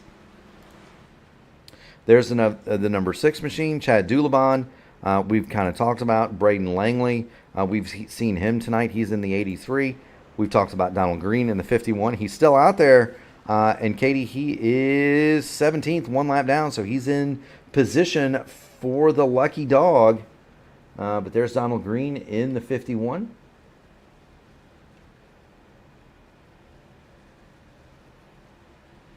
Now let's pay close attention as we were seeing that great racing going on there with those drivers from 2nd to 5th or to 6th position. Now look at how much distance that Chuck Sweeting and Ryan O'Donoghue have already put on Justin Osterman after they have met the challenge and got around him. Now O'Donoghue now is actually caught Austin Hund, and he caught him from a little ways back, but now he has the next challenge. He has to see how he's going to get around Austin Hunn, who is riding a very similar line, and he has to be creative here to figure out where he can get by him. He's clearly got speed in the long run, but he still has this challenge ahead of him in the O2. Yes, he does. I was showing everybody that had everybody that was still running there, Sam, just to give a quick through the field while you gave that explanation. The stopwatch doesn't lie, right? Justin Osterman last time through 26,272. Austin Hunn 25,762. Ryan O'Donoghue 25,834. About the same for Chuck Sweeting. They have run off and left now that Jim Duda and James Hodgson have gotten by. Justin Osterman has toasted the good years, and so he may be he may be thinking about coming to pit lane. The window would be open now, Sam. We're about halfway between the two stages. The window would be open, my man. Ooh, Austin Hunn into the wall off of 4. Yes, he was. He's done that a couple of times. Not the trouble. Yeah, Ron O'Donoghue actually did it the lap before. Yeah, not the traditional trouble spot. We're used to seeing guys. Get in the wall off of 2. These two have seemed to be getting into it off of 4, and they're that's running this very high line in 3 and 4, and so it's conducive that they to get that kind of speed coming off the corner is conducive that they might make those unwanted meetings with the outside wall for sure. Yeah. How Sweeting has got up here with this mix. Yes, it is. We're riding along on the rear bumper of Austin Hunn. You can see the difference in lines. Ryan O'Donoghue. Mike George is in another area code. Yeah, he's still pulling away. Yeah, well, that was the first time he's not been faster. The lead had ballooned out to 3 seconds. Austin Hunn clipped him by 25 hundredths last time through. So Hunn has started to reel Mike George in, and I'm going to guess, and I'm going to guess that as we watch Austin Hunn here, he is the leader. Last time through 25,912 for Mike George, 25,889 for Hunn, so very similar. But if Austin Hunn is able to catch Mike George, I would look for that 33 truck to immediately hit pit lane. The other thing that we're looking at for Mike George, and we'll pop him up, he's been working through some lap traffic. We see Billy Elwell. He's going to hit pit lane. Once Mike George cleared that traffic, though, set sail again. He's back 3 seconds. It's Austin Hunn and Ryan O'Donoghue that are going to be fighting the lap. Now they're fighting the traffic that Mike George just cleared. Ooh, Liam Anderson right in the racing line there. Yeah, and that's going to allow Ryan O'Donoghue to swing it to the bottom of Austin Hunn. Again, that's not where O'Donoghue wants to be, and that's going to open the doors. He moves it back to the middle for Chuck Sweeting. We've got a 3-way battle for second. I really honestly believe that Sweeting and O'Donoghue have pace that would be equal to Mike George, but Mike George has just done a masterful job saving those tires that had several laps more. He's proven a lot of people wrong tonight that he knows how to get the most out of those good years. Well, for whatever reason, we see Keith Graham. He is slowed. He's coming to pit lane. He's got 65 laps out there, Sam. We had thought, based on my discussions with some of the other drivers and just a little bit of testing I did earlier, 80 laps would be about the max. I mean, it's not tires now that are going to be the issue for Mike George. He's not going to be able to stay out much longer, even if he wants to. We see Chad Dillabon going onto the pit lane. Yep, and now we're seeing guys come to take their final sets of tires. Jeremy Dunwoody has grabbed the black flag. Liam Anderson has the meatball, and so he will be relegated to the pit lane here very shortly. There's Liam. He is being directed by iRacing to hit the pits, as they say in Arca Break Weekly. Our good friends at Team I5G. You must respect the meatball, Sam. Unfortunately, it demands your respect. So for the people at home that don't know what we're talking about, if you damage your automobile severely enough, iRacing will give you a black flag with a orange disc in the middle, and it's affectionately referred to as the meatball. And there are all sorts of T-shirts and things that you can buy that say "Respect the meatball." But if you don't answer that black flag, it's just like any other. They will stop scoring you. You'll be DQ'd, actually. Yeah. Stop scoring DQ. Now, Sweeting is now the next suitor for Austin Hunt in second position. Well, it seems like that there's been quite a few drivers that have wanted to battle Austin for that second spot, but Sweeting has run his own line most of the race, so it's, he may be the most suited driver. I have news, Sam, to make this pass. I have news. Mike George has hit pit road, and so he comes in with 49 circuits left. Meanwhile, so that makes this deal here between Hun Sweeting and Ryan O'Donoghue for the lead. They are 58 laps on their tires. We do have Chad Dulabon has stopped. Keith Graham has stopped. Liam Anderson has stopped. Billy Elwell came back out on his last set of fresh tires and promptly took the fastest lap of the race, purple lap. Oh, Nicholas Brown says he wants a meatball. I would like a meatball sub, but not today, Sam. One more day. No, we are not in context of racing. Not in context of racing, Nicholas. No meatball. No meatball. Meatball is bad. Meatball sub is good, just not on Friday. Right? Not this Friday. In 26 hours, I will have all the meatball subs I please, Sam. Oh, and now Austin Hunt has decided that he's going to fight Chuck Sweeting for this position here. And now they switch it up. Austin Hunt goes to the bottom and Chuck Sweeting is at the top. But now Sweeting makes the pass on the outside and he should go right back to the bottom where he's been most of the night. Now, we're seeing the same kind of story as we watch this battle for the lead, which these three have been after it now for about the last 60 laps. Mike George is out on the track. He's last lap 24.643, 26.151 for Sweeting the last time through. So these guys are dropping a second and a half a lap. Justin Osterman. Considering that he already had a 3-second lead or longer, almost 4-second lead, I would be almost tempted to try and pit him with him. Yeah, I mean, it needed to be the situation, but we kind of talked about this last night. Austin Hunt and O'Donoghue now start to battle for second. Chuck Sweeting has started to drive away. Here we go, Austin Hunt coming to the pit lane. Austin Hunt is going to stop, and so that leaves it with Ryan O'Donoghue and Chuck Sweeting 1 and 2. The man on the mission, though, with the new Goodyears, that's Mike George. He is going to go by Chad Dulabon here. Dulabon is 16th, 4 laps down. He hits the outside wall, but Mike George is trying to get while the getting is good.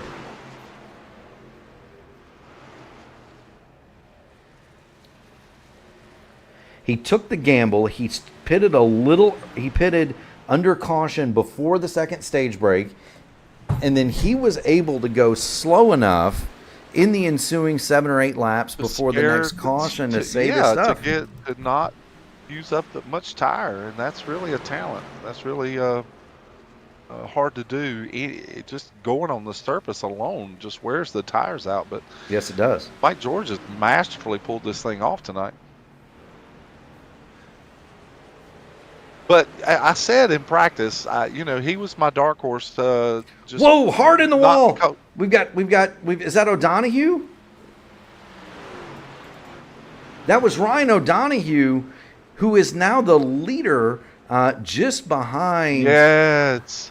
Just behind Mike George. Ryan O'Donoghue hit the gas, got sideways, smacked the wall around a little bit down the backstretch. I don't see any immediate damage, Sam, but he needs. No, he seemed to save it. He just caught the right rear and then the right front a little bit, but he's back up to speed. But he lost time again. Yeah, and now we're with 40 laps to go, and he is still out on the racetrack. Yeah, and maybe he's taken. And I'm not going to question strategies too much tonight because after what we saw Dylan Godinez do last night. Yeah, I was going to say this is a repeat of the Dylan Godinez deal from yesterday where he stayed out. Now, here's the other thing, and this also plays into the calculus. O'Donoghue, Witt, Jeffrey Hyatt have not stopped. If there is a caution that comes out right here, those guys are going to have a lap on everybody, but Mike George and Chuck Sweeting would be the lucky dog. However, they would be able to come to pit road. if Mike George was Fresher saving tires. for fresher Yeah. tires, and if Mike George was saving tires, and there's the Oh, we caution. got caution on the track. Caution, and there you were just talking about it, Mark. And Donald Green apparently lost control of the truck in 3 and 4. He goes into 3 and he's sideways on entry. I don't know if he was preparing for a pit stop or what, but he loses it, comes back up on the racing surface in 4, and now he's on the racing surface and almost gets collected by Gregorio Dorso and stops on the track. And you called it. You called it. Now we really have a race on our hands. Well, and this is it's a tough break for Donald Green. He had been doing so well tonight. He'd been running along. He was on for a top 15 finish. He was trying to get to pit lane, didn't quite get it woed down enough. The truck shoots back up, and he can't control it. The tires are so hot, so worn out. He can't physically turn it to get it back to pit lane. Yeah, well, once you start losing control of these hot tires, I mean, it really is hard to save. But man, that puts O'Donoghue and Paul Witt and Jeffrey Hyde, all of those drivers are now coming down the pit lane for fresh tires, and all the trucks that came in under green flag stops, they will have to take a wave around. And so now O'Donoghue and these Witt and Hyde will come out as the lead cars after this pit stop, and everyone else will have to. No, actually, I think Mike George was able to get his lap back. And they've got Donald Green. He is still trying to get that truck back to pit road. We don't know if there's a mechanical issue or something wrong with his wheel, maybe. But he was having a hard time just under caution, just slowly trying to get back to pit lane. But this is the luckiest man in Rockingham, North Carolina, in virtual Rockingham. Ryan O'Donoghue is going to come out. He'll be third. All these other trucks are going to get waved around Mike George. Mike George he was still on the lead lap. Right. So Mike George, he had raced back to the lead lap, I believe. But everybody in front of him is going to get waved around. Nobody has any tires left, except for O'Donoghue and Witt. Chuck Sweeting had been. Mike George has a set left, doesn't he? No. No, he took. No, you're right. He took some early before the second stage. Yeah, he took that. He took that before the second stage. It wasn't that he just short pitted his second stop, and so he short pitted his second stop. So these are going to be your 3 leaders right here. Everybody else is going to get waved around, and we're going to have 35 laps to decide it here at the Rock. And Mike George, for all that hard work, he seemed destined to have kind of cruise home and win the race. Well, he proved in the second stage that he knows how to drive this truck and be fast with worn tires, with a few lap older tires. But now he ran some hot laps trying to make up ground after he got this set. He wasn't saving this particular time. No, he was not. Trucks that have been let back on the lead lap: Chuck Sweeting, Austin Hunn, Jim Duda, Justin Osterman, John Hutchins, and James Hodgson. Those trucks are all going to go to the tail end. So essentially what happens, and we'll show it. We'll see if I can't show it. These trucks are all going to go to the tail end of the longest line is what happens when you Yes. and there you see it. When you take There you see it. So you go to the drive around, right? You take the wave around. You go to the tail end of the longest line. So the front 2 or 3 are going to be 2x2 like you're used to seeing, and then Sam, the lap cars are single file behind them, and then the trucks that took the wave round are behind the lap trucks. I'm sorry, I'm listening to comms in the race, and now it seems that Ron Sharp is going to extend the caution here because there seems to be some confusion about Jeffrey Hyde's positioning on the track. They're trying to sort out the running order. Yeah, Hyatt did not take the wave round, so he should be up here in 4th. Yeah, he should be up here in 4th. He was not a lap down when the caution flew. And he's trying to work his way up here. There he goes. But yeah, that's why you see the there's 3 rows here, and then everybody else looks kind of messed up. Yeah, now he's just trying to sort out the lap traffic. Back on the pace car. We're not going green this time. We are not going green. So now they're just trying to sort out the lead lap trucks to move to the front of the field, and then the lap trucks will be able to move back.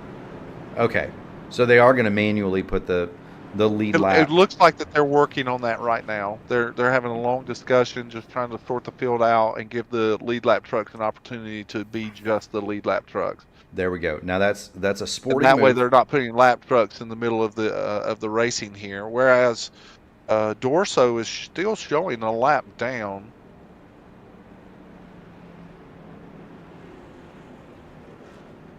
There's a lot of discussion going on here. Yeah, there we see Chuck Sweeting. He moves up to the front of the line. Yep. Right. Osterman, Hutchins, Hodgson, those are your lead lap trucks. They should be able to move up here behind Hyatt and in front of Dorso. But again, there's just a lot of chatter going on in the in-race comms to sort this out. So for those that are watching the event, they're just trying to sort this out in a way where the lead lap trucks can get in a position and race for the win here, and sort out the other trucks behind the lead lap truck so that they can race. Whether it be there'll be three drivers, Dorso, Cofield, and Brian Sharp. They're all 1 lap down. They could very well be racing for the lucky dog in this particular instance. There they go. They've got it. Green, green, green. So away we go. Nope. Here we go. Away we go, and there's going to be several black flags that pop up. No worries there. The organized. There are several drivers in this field that have the admin box, the custom-made race control button box. What a huge jump by Mike George here. Yeah, he reaches out and races away. I got to think though, it's only a matter of time. He might be able to do this for a lap or two, but Ryan O'Donoghue is cleared. The thing that happened the last time was that everybody started battling for second. They're battling, but the battle is for third. Ryan O'Donoghue is clear, and I don't know that Mike George on those old tires. He put some hot and heavy laps on those things. I don't know that he's going to be able to continue. Well, he sure forward. Did prove us. He proved us wrong in that last stint. But you are looking at the 2 fastest trucks that were in practice. You are Mike George, Ryan O'Donoghue, and now the cream has risen to the top. Paul Witt holding firmly on to 3rd place, but he's getting challenged by Chuck Sweeting here. And now we do see Ryan O'Donoghue begin to start close some of this gap on Mike George. Catching him is one thing, passing him is another, because both of these drivers are utilizing this high line on both ends of the racetrack. Are indeed. Mike George, in his effort to prove me wrong 2 nights in a row, sets the fastest lap of the race. Ryan O'Donoghue answers right back. You're in the passenger seat with Ryan O'Donoghue. That last time by, Mike George just a tickle of the stopwatch quicker, 24.125 to a 2:40 for Ryan O'Donoghue. But O'Donoghue is going to answer right back. Meanwhile, while these two are going to have it out for the lead, Paul Witt and Chuck Sweeting are side by side for third. Sweeting is going to have the position. He makes short work of that and gets around Paul Witt quickly.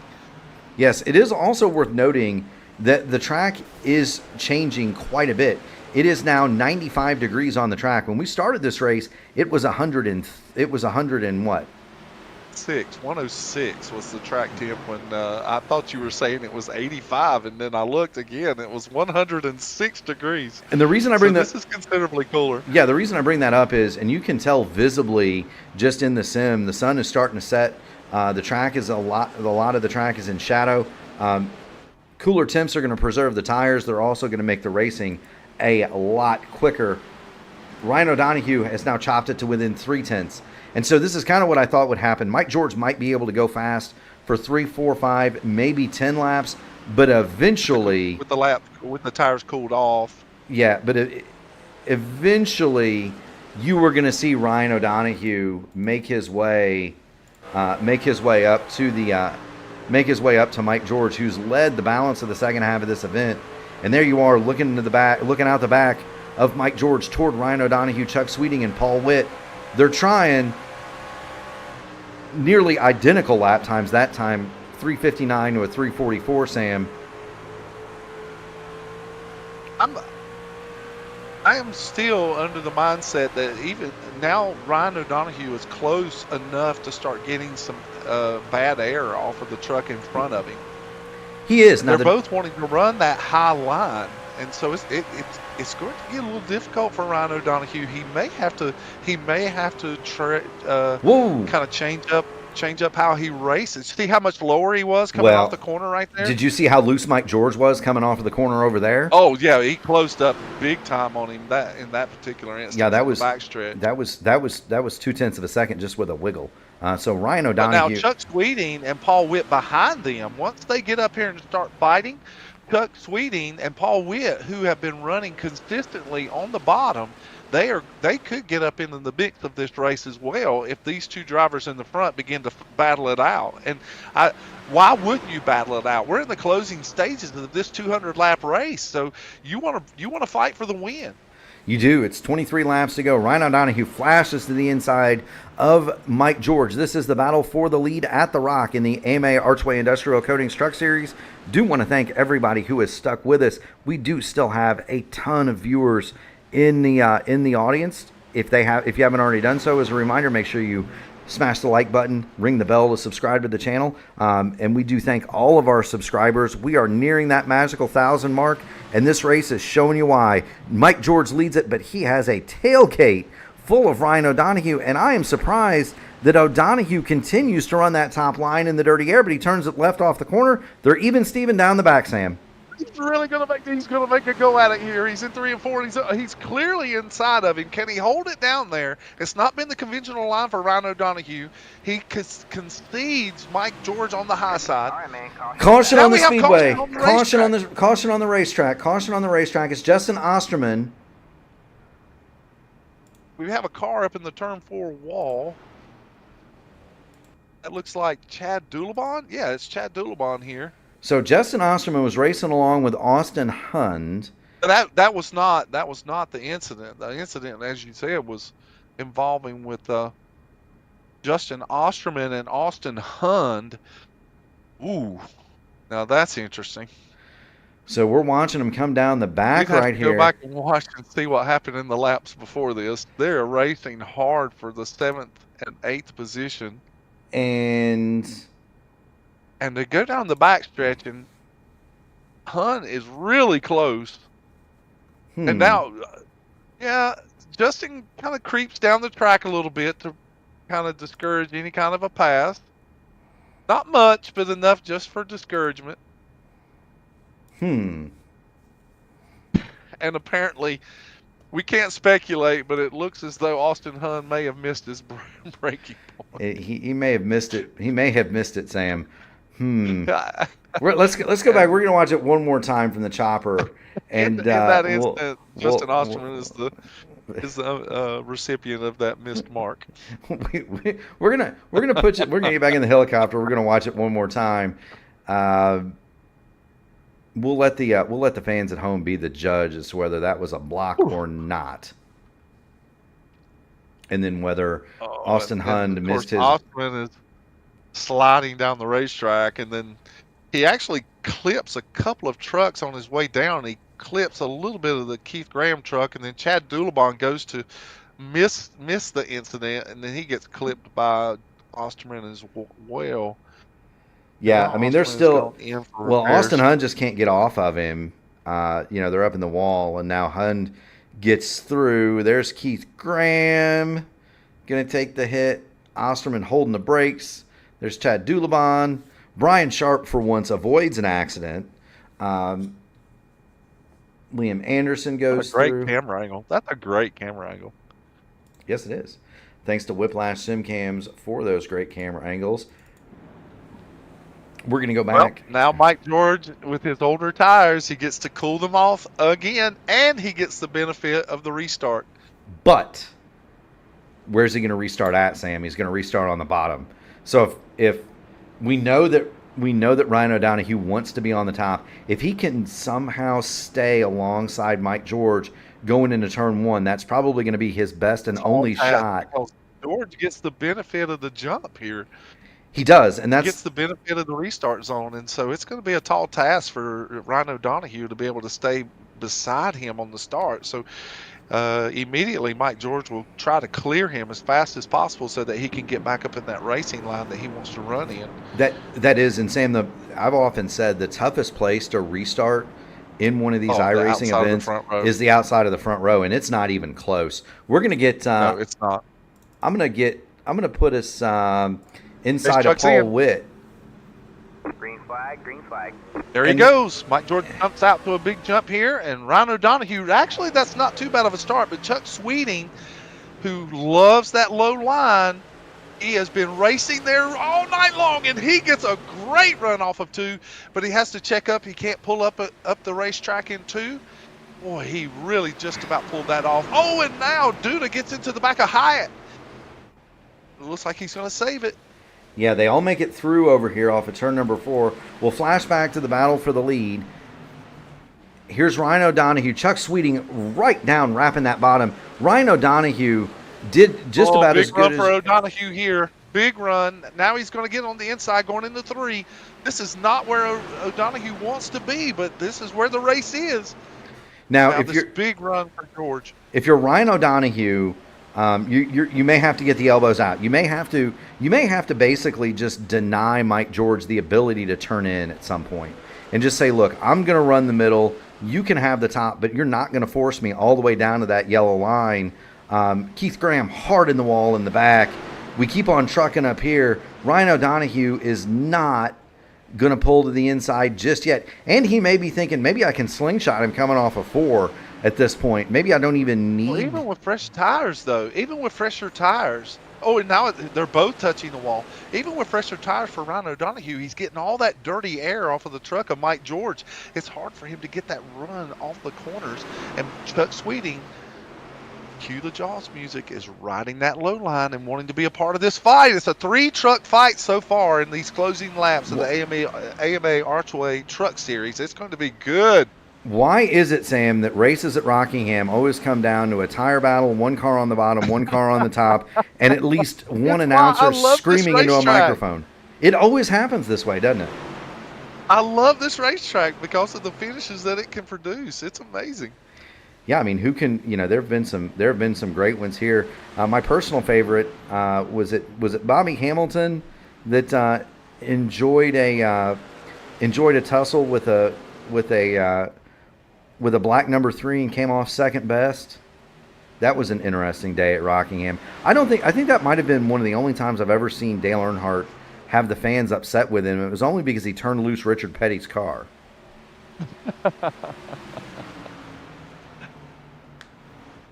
There's been some tremendous finishes at this racetrack on many levels. Yes, there have been. Today's truck race was a bit of a runaway in the end, but there was a lot of fuel mileage strategies that were being played out and tire strategies, and so I won't give any spoilers, but there was a lot to consider even in the closing laps of the real truck race today at Rockingham. Yes, indeed. Full marks to Mike George. He's managed to hold on to that lead with the 13-lap older tires. Meanwhile, Chuck Sweeting is all over Ryan O'Donohue to the inside, trying to pull it down there and see if he can't make it a battle for second. O'Donohue, I've got to believe, is still just kind of saving his... He's trying to keep his powder dry for one last lunge, Sam.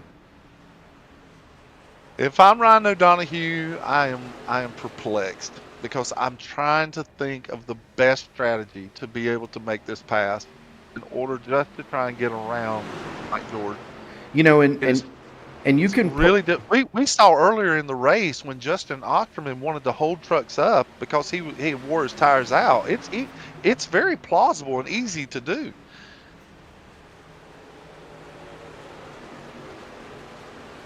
And the one thing that O'Donohue could be doing, the aero does come into play here on these trucks. He's running close enough. He could be he could just be trying to wear down Mike George with air off the spoiler and just heat up the rears such that he's able to make that move in the end. We've seen Mike George get incredibly free coming off of turn 2. Before that last caution came out, he was in a situation where he had given up he gave up 2 or 3 tenths of a second a couple of times to Ryan O'Donoghue just because he was so loose, and O'Donoghue wasn't there yet. Well, now O'Donoghue's there. And if Mike George gets loose like that again in front of Ryan O'Donoghue, it's curtains because he's there. He doesn't have 2 tenths to give this time. It's such a precarious little chess match that's being played out here, and I've been in these positions before, just trying to determine what's the best course of trying to get around that lead truck.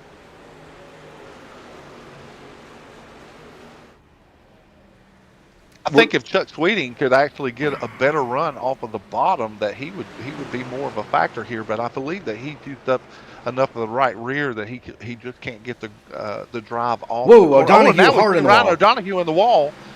Yeah, that was a pretty good lick too, Sam. So Chuck Sweeting is going to dive it to the bottom of Ryan O'Donoghue. That's going to free up Mike George. Can Sweeting make the pass and clear? Not quite. Those runs off the top. No, those runs off the top are tremendous. Yeah, so O'Donoghue. Mike George is like, that's what I needed. That was the break that I needed. Well, you've got a lapper in front of Mike George. That is Austin Hund. That's only going to affect Chuck Sweeting, who's been running the low line this whole race. Brian Sharp is smartly getting out of the way and allowing the leaders to get by. But we've got 4 trucks here coming to the final lap that are less than a second apart here at Rockingham. He's going to have one more crack at him, Sam. He has to do something extreme here to be able to try and make the pass. He's going to have one more crack at him. The white flag is in the air from Barney. One more lap to go here in the AMA Archway Industrial Coatings Truck Series. Chuck Sweeting dives to the bottom one more time. Paul Witt, he'll climb to the top and go around Sweeting for third. And Paul Witt makes the big move to try and get a podium position. Mike George has proved that he is the tire master here at Rockingham as he comes across the finish line and wins. What a great showing by Mike George. Whoo-wee, Sam. Man, can I call it or what? I feel pretty good about my intuitive skills. And I feel pretty bad about mine. That's a couple days, a couple of races in a row. I said, hey, that guy up front's in trouble. Guy up front goes and drives off and wins a race. Don't listen to my analysis. That's why we have smart people like Sam Crow in the booth with me. I didn't think that he would be able to hold that spot either, but I did believe that he had a fast truck. But he really went above and beyond that suspicion. He most certainly did. Let's go ahead and get the results up here from Rockingham. Mike George is going to be the winner at the Rock. Ryan O'Donoghue second. Paul Witt brings it home in third. Chuck Sweeting, James Hodgson round out your top 5. Jeffrey Hyatt, John Hutchins, Jim Duda, Brian Sharp, and a lapped Mark Cofield make up your top 10. In 11th. Is that a Brian Sharp finish in the top 10? That's not just a Brian Sharp finish in the top 10. That's a Brian Sharp finish on the lead lap in the top 10. Yes! Heck yes. So we have one. We have one guy of the 2 that we've been looking forward to having a clean green night finish on the lead lap. He's done it. Brian Sharp, you did not hear the music tonight. In 11th, Gregorio Dorso. Austin Hund is going to be 12th. Keith Graham, Liam Anderson, Braden Langley round out the top 15. 16th, Billy Elwell. 17th, Donald Green. Justin Osterman fades to 18th. Ken Allen, 19th. Chad Dulabon is the first person out of the race in 20th. In 21st, Jeremy Dunwoody. 22nd is going to be Barry Seaman. Ted Craven, 24th. Jalen Story, 25th. Paul French, 26th. Sam and I did not, believe it or not, take part tonight in the festivity. Well, it wasn't because I didn't want to. I'll tell you that. Don't think I would add anything for that 33 truck tonight. He was using the stick-em in them tires for sure. Whew. I don't know, Sam. The man is the tire master.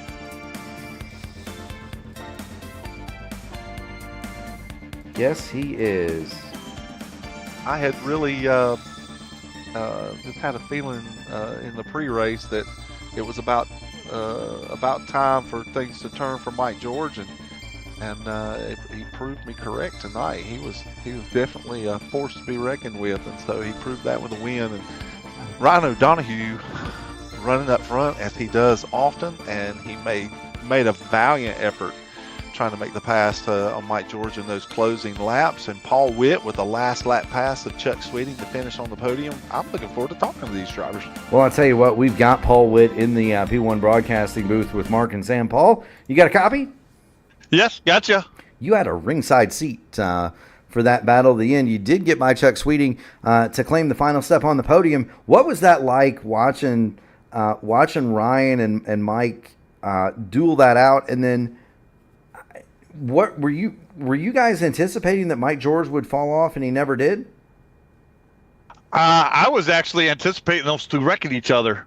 I watched them lap after lap after lap, and I was just letting off early, just trying to take it easy because I had nothing for these guys tonight.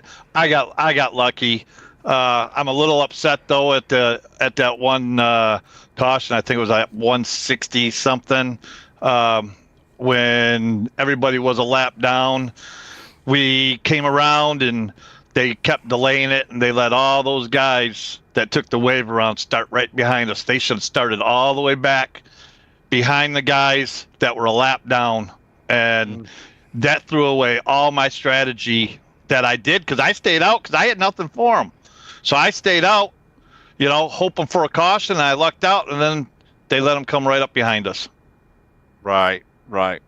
And there was a lot of chatter going on during that time, and just trying to sort the field out. But Paul, if anything, you saved enough tire and made enough good decisions that you had this podium finished, and it was a great pass on Chuck Sweeting there. You must have been saving enough that you could make that last lap pass on him. How do you feel about that?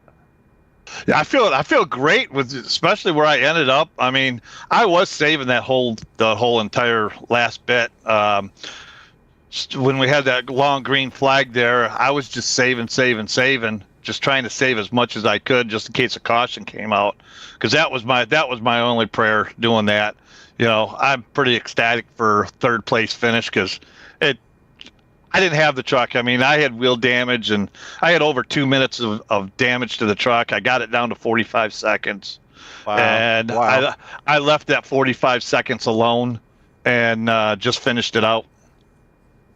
Well, it really says a lot about your driving skill to be able to drive a damaged truck up on the podium tonight and even make that last lap pass against a truck that had proved to be one of the faster trucks of that night. So great finish tonight, Paul Witt. We're so glad to have you in the booth.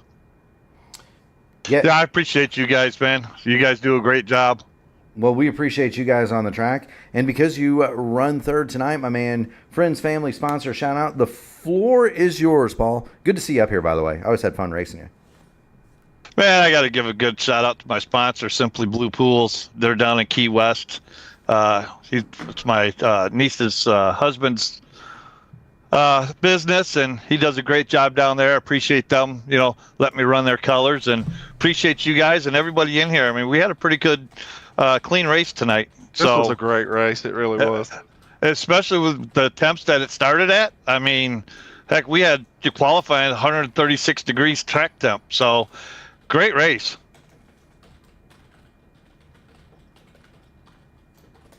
Absolutely. And Paul, we thank you so much for stopping by. We'll go ahead and drop you back in. In the waiting room so you can continue to celebrate your third place finish. Keep going fast and having fun, my friend. All right, thanks, guys. Appreciate you. Congratulations, Paul. Great job. Yes, sir.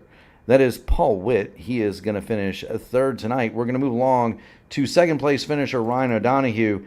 And for Ryan, I got to think you're thinking what might have been. Talk about that battle with Mike George and kind of what you're thinking in the closing stages of the race, trying to get by him.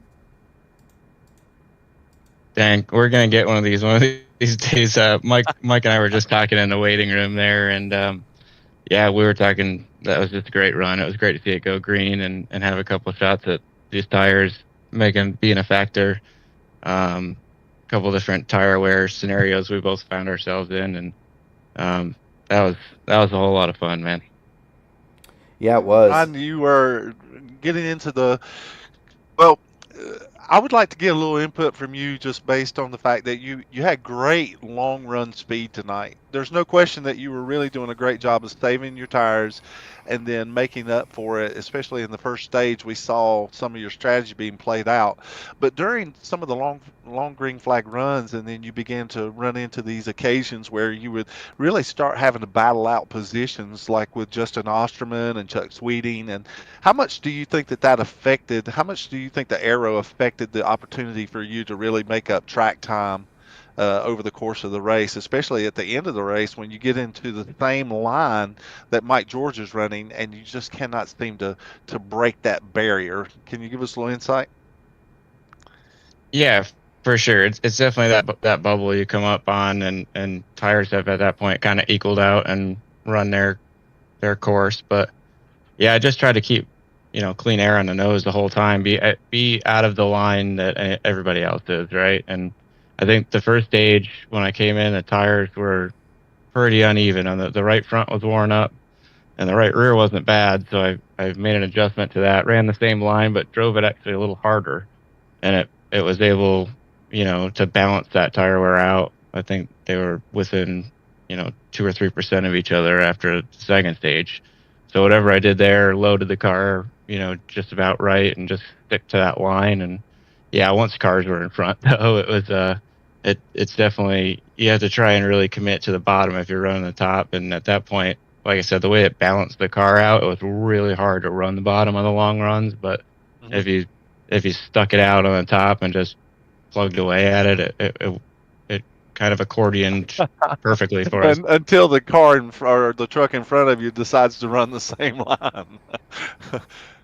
Yeah, I figured he would too. It was I think he had made that decision on tires and pitting, and I was full committed to staying out. Gotta try and find that little extra to get one of these. But yeah, I once you have the line taken away and tires just started equaling out just a bit, it was, and I was looking in my mirror too with I think it was Chuck back there, and it was trying to stick to that line but not chop his nose, you know what I mean, and still try and get that run off of turn 2. Well, I tell you what. You keep knocking, man, because there's a door waiting for you. I promise. Yeah, I was gonna say you're a good racer. You're a good racer. You keep running on the podium and knocking on that door. Eventually, you're gonna kick it in. But until that happens, the floor is yours, my man. Friends, family, sponsors, shout outs. You've got the mic, Ryan. Thanks. Yeah, my girlfriend's out there watching. I think she's got a burrito waiting for me too, so that's exciting. Hey, dinner at Ryan's. Master Article Fly. AMA, like always, this is some great racing, man. It really shows in situations like this. I had a couple rough weeks, I should say, and it's great to see this race. It was kind of daunting with the track temps. I think in practice it was pretty slick. I think it was like 136 degrees, so the way it cooled down a bit and everybody was able to run a relatively clean race, it was great for these guys. Kendall, hope he's having fun in North Carolina. All the admins, heat waves on a car somewhere. We did this engine ice deal, last week. I think we put this one together, and I didn't get a new one painted for this week. But Archway, Industrial Coatings, Black Magic Studios, Trak Racer, all of AMA's partners, Rogue Energy, Admin Box, and P1 Broadcasting. You guys put on a great broadcast for everybody. I hope everybody enjoyed it. 100%. Congratulations, Ryan. Great job. Are we gonna see you a week from Monday in Chicagoland? Yeah, I believe so. I just had a work conference all this week, so I'm actually really tired right now. I got an hour of practice. I'm surprised we made this one work, but yeah, we'll be back to it and do that open wheel jig. All right, my man. Well, we look forward to seeing you. Keep going fast, having fun, Ryan. And we'll see you. We'll see you next week here and in a couple of weeks on the open wheel side, my friend. Thanks, guys. Have a good night. Yes, sir. That is. Take care. Ryan O'Donohue. And last but certainly not least, the winner this evening, Mike George. Mike, you've got Mark and Sam in the P1 Broadcasting broadcasting booth. You got a copy? Oh, I do, guys. I tell you what, you made a liar out of me twice. Talk about the decision to come in. Talk about the decision to short pit before the second stage, and then what you're thinking as you've got the lead on old tires with O'Donohue, Witt, and them guys behind you on stickers. Oh, geez, I'm still trying to catch my breath. That was that was pretty intense. Yeah, for the old tires, you know, I figured, well, I haven't won a race yet, and I was trying to be extremely patient this race, and only I think there was like 8 laps left or something like that, 7-8 laps. I do like stage points, but I would really, really win. So that's when I decided to come down, and it's like, I'll take it easy in the back. And, I did. I probably took it a little too, but just enough to where I didn't, get lapped down. But surprisingly, when we came to green after everybody pitted, I was surprised at, how well my tires stood up. So We all were. oh, yeah, both of us. Yeah, so at the end there, Ryan Donahue, hello guys, Paul Witt tweeting. If I'm not naming you, don't be mad. There's a lot of fast guys in here. I figured if I can keep up into the high lane, that's what he would be using, to actually get some good speed to carry up to me. I could do a little bit of aero blocking. So that kind of played in my favor. But I was wheeling it. I really was. I was tight. If I knew if I went down low or middle, he would have took it up top and definitely top. But he had a couple chances to where he could have put his elbows out. He really could have. And, I really respect that. I love the clean race. I'm one of those guys as well. Makes for a funner race, but if he really wanted to, guys, he could have made it a little bit more interesting. A lot of these guys. Mike, you were my pre-race pick. I had mentioned you in the practice session, and I had just made the comment that you really have been getting caught in a lot of things in previous races that were really not your doing, and you really weren't given an opportunity to really show what you were capable of doing. Do you feel like that this is a vindication for you? Or is it just, or are you just caught up in the emotion of the big win, or do you really feel vindicated by this? I do. I do feel vindicated for it. I get it in the other races. Bad luck happens. Unfortunately, I took it into the straw. And Bristol, that kind of stung. I love short track. I'm a track fiend, and I was really looking forward to Bristol. And I got a little hot-headed, and it happens. But it is what it is. It's the roll of the dice. You get in the back of the pack, and you can't really control really what happens. But yeah, it's definitely a spirit lifter, and just, can't wait for the next one. Well, I'll tell you what, we certainly hope that you'll take the momentum on this for sure. You had a great run. Great job tonight. Yeah, we can't wait. I appreciate it. Yeah, we can't wait to see you, Mike, in future races, because you are the winner. Friends, family, sponsor, shout-outs. The floor is yours, my man. Go ahead and get them in. All right, guys. First and foremost, our factory team, Premier iRacing Setups. Been with them for the beginning. Use code George15 if you guys want any setups or anything site-wide. Some of the best setups around. They are the best setups. Richard Murdoch Driving Academy, Dark Horse Performance, AMA Archway Industrial, League Series sponsor, Black Magic Studios, Trak Racer, Rogue Energy, friends and family who have been by my side and watching the race support. And we can't forget AMA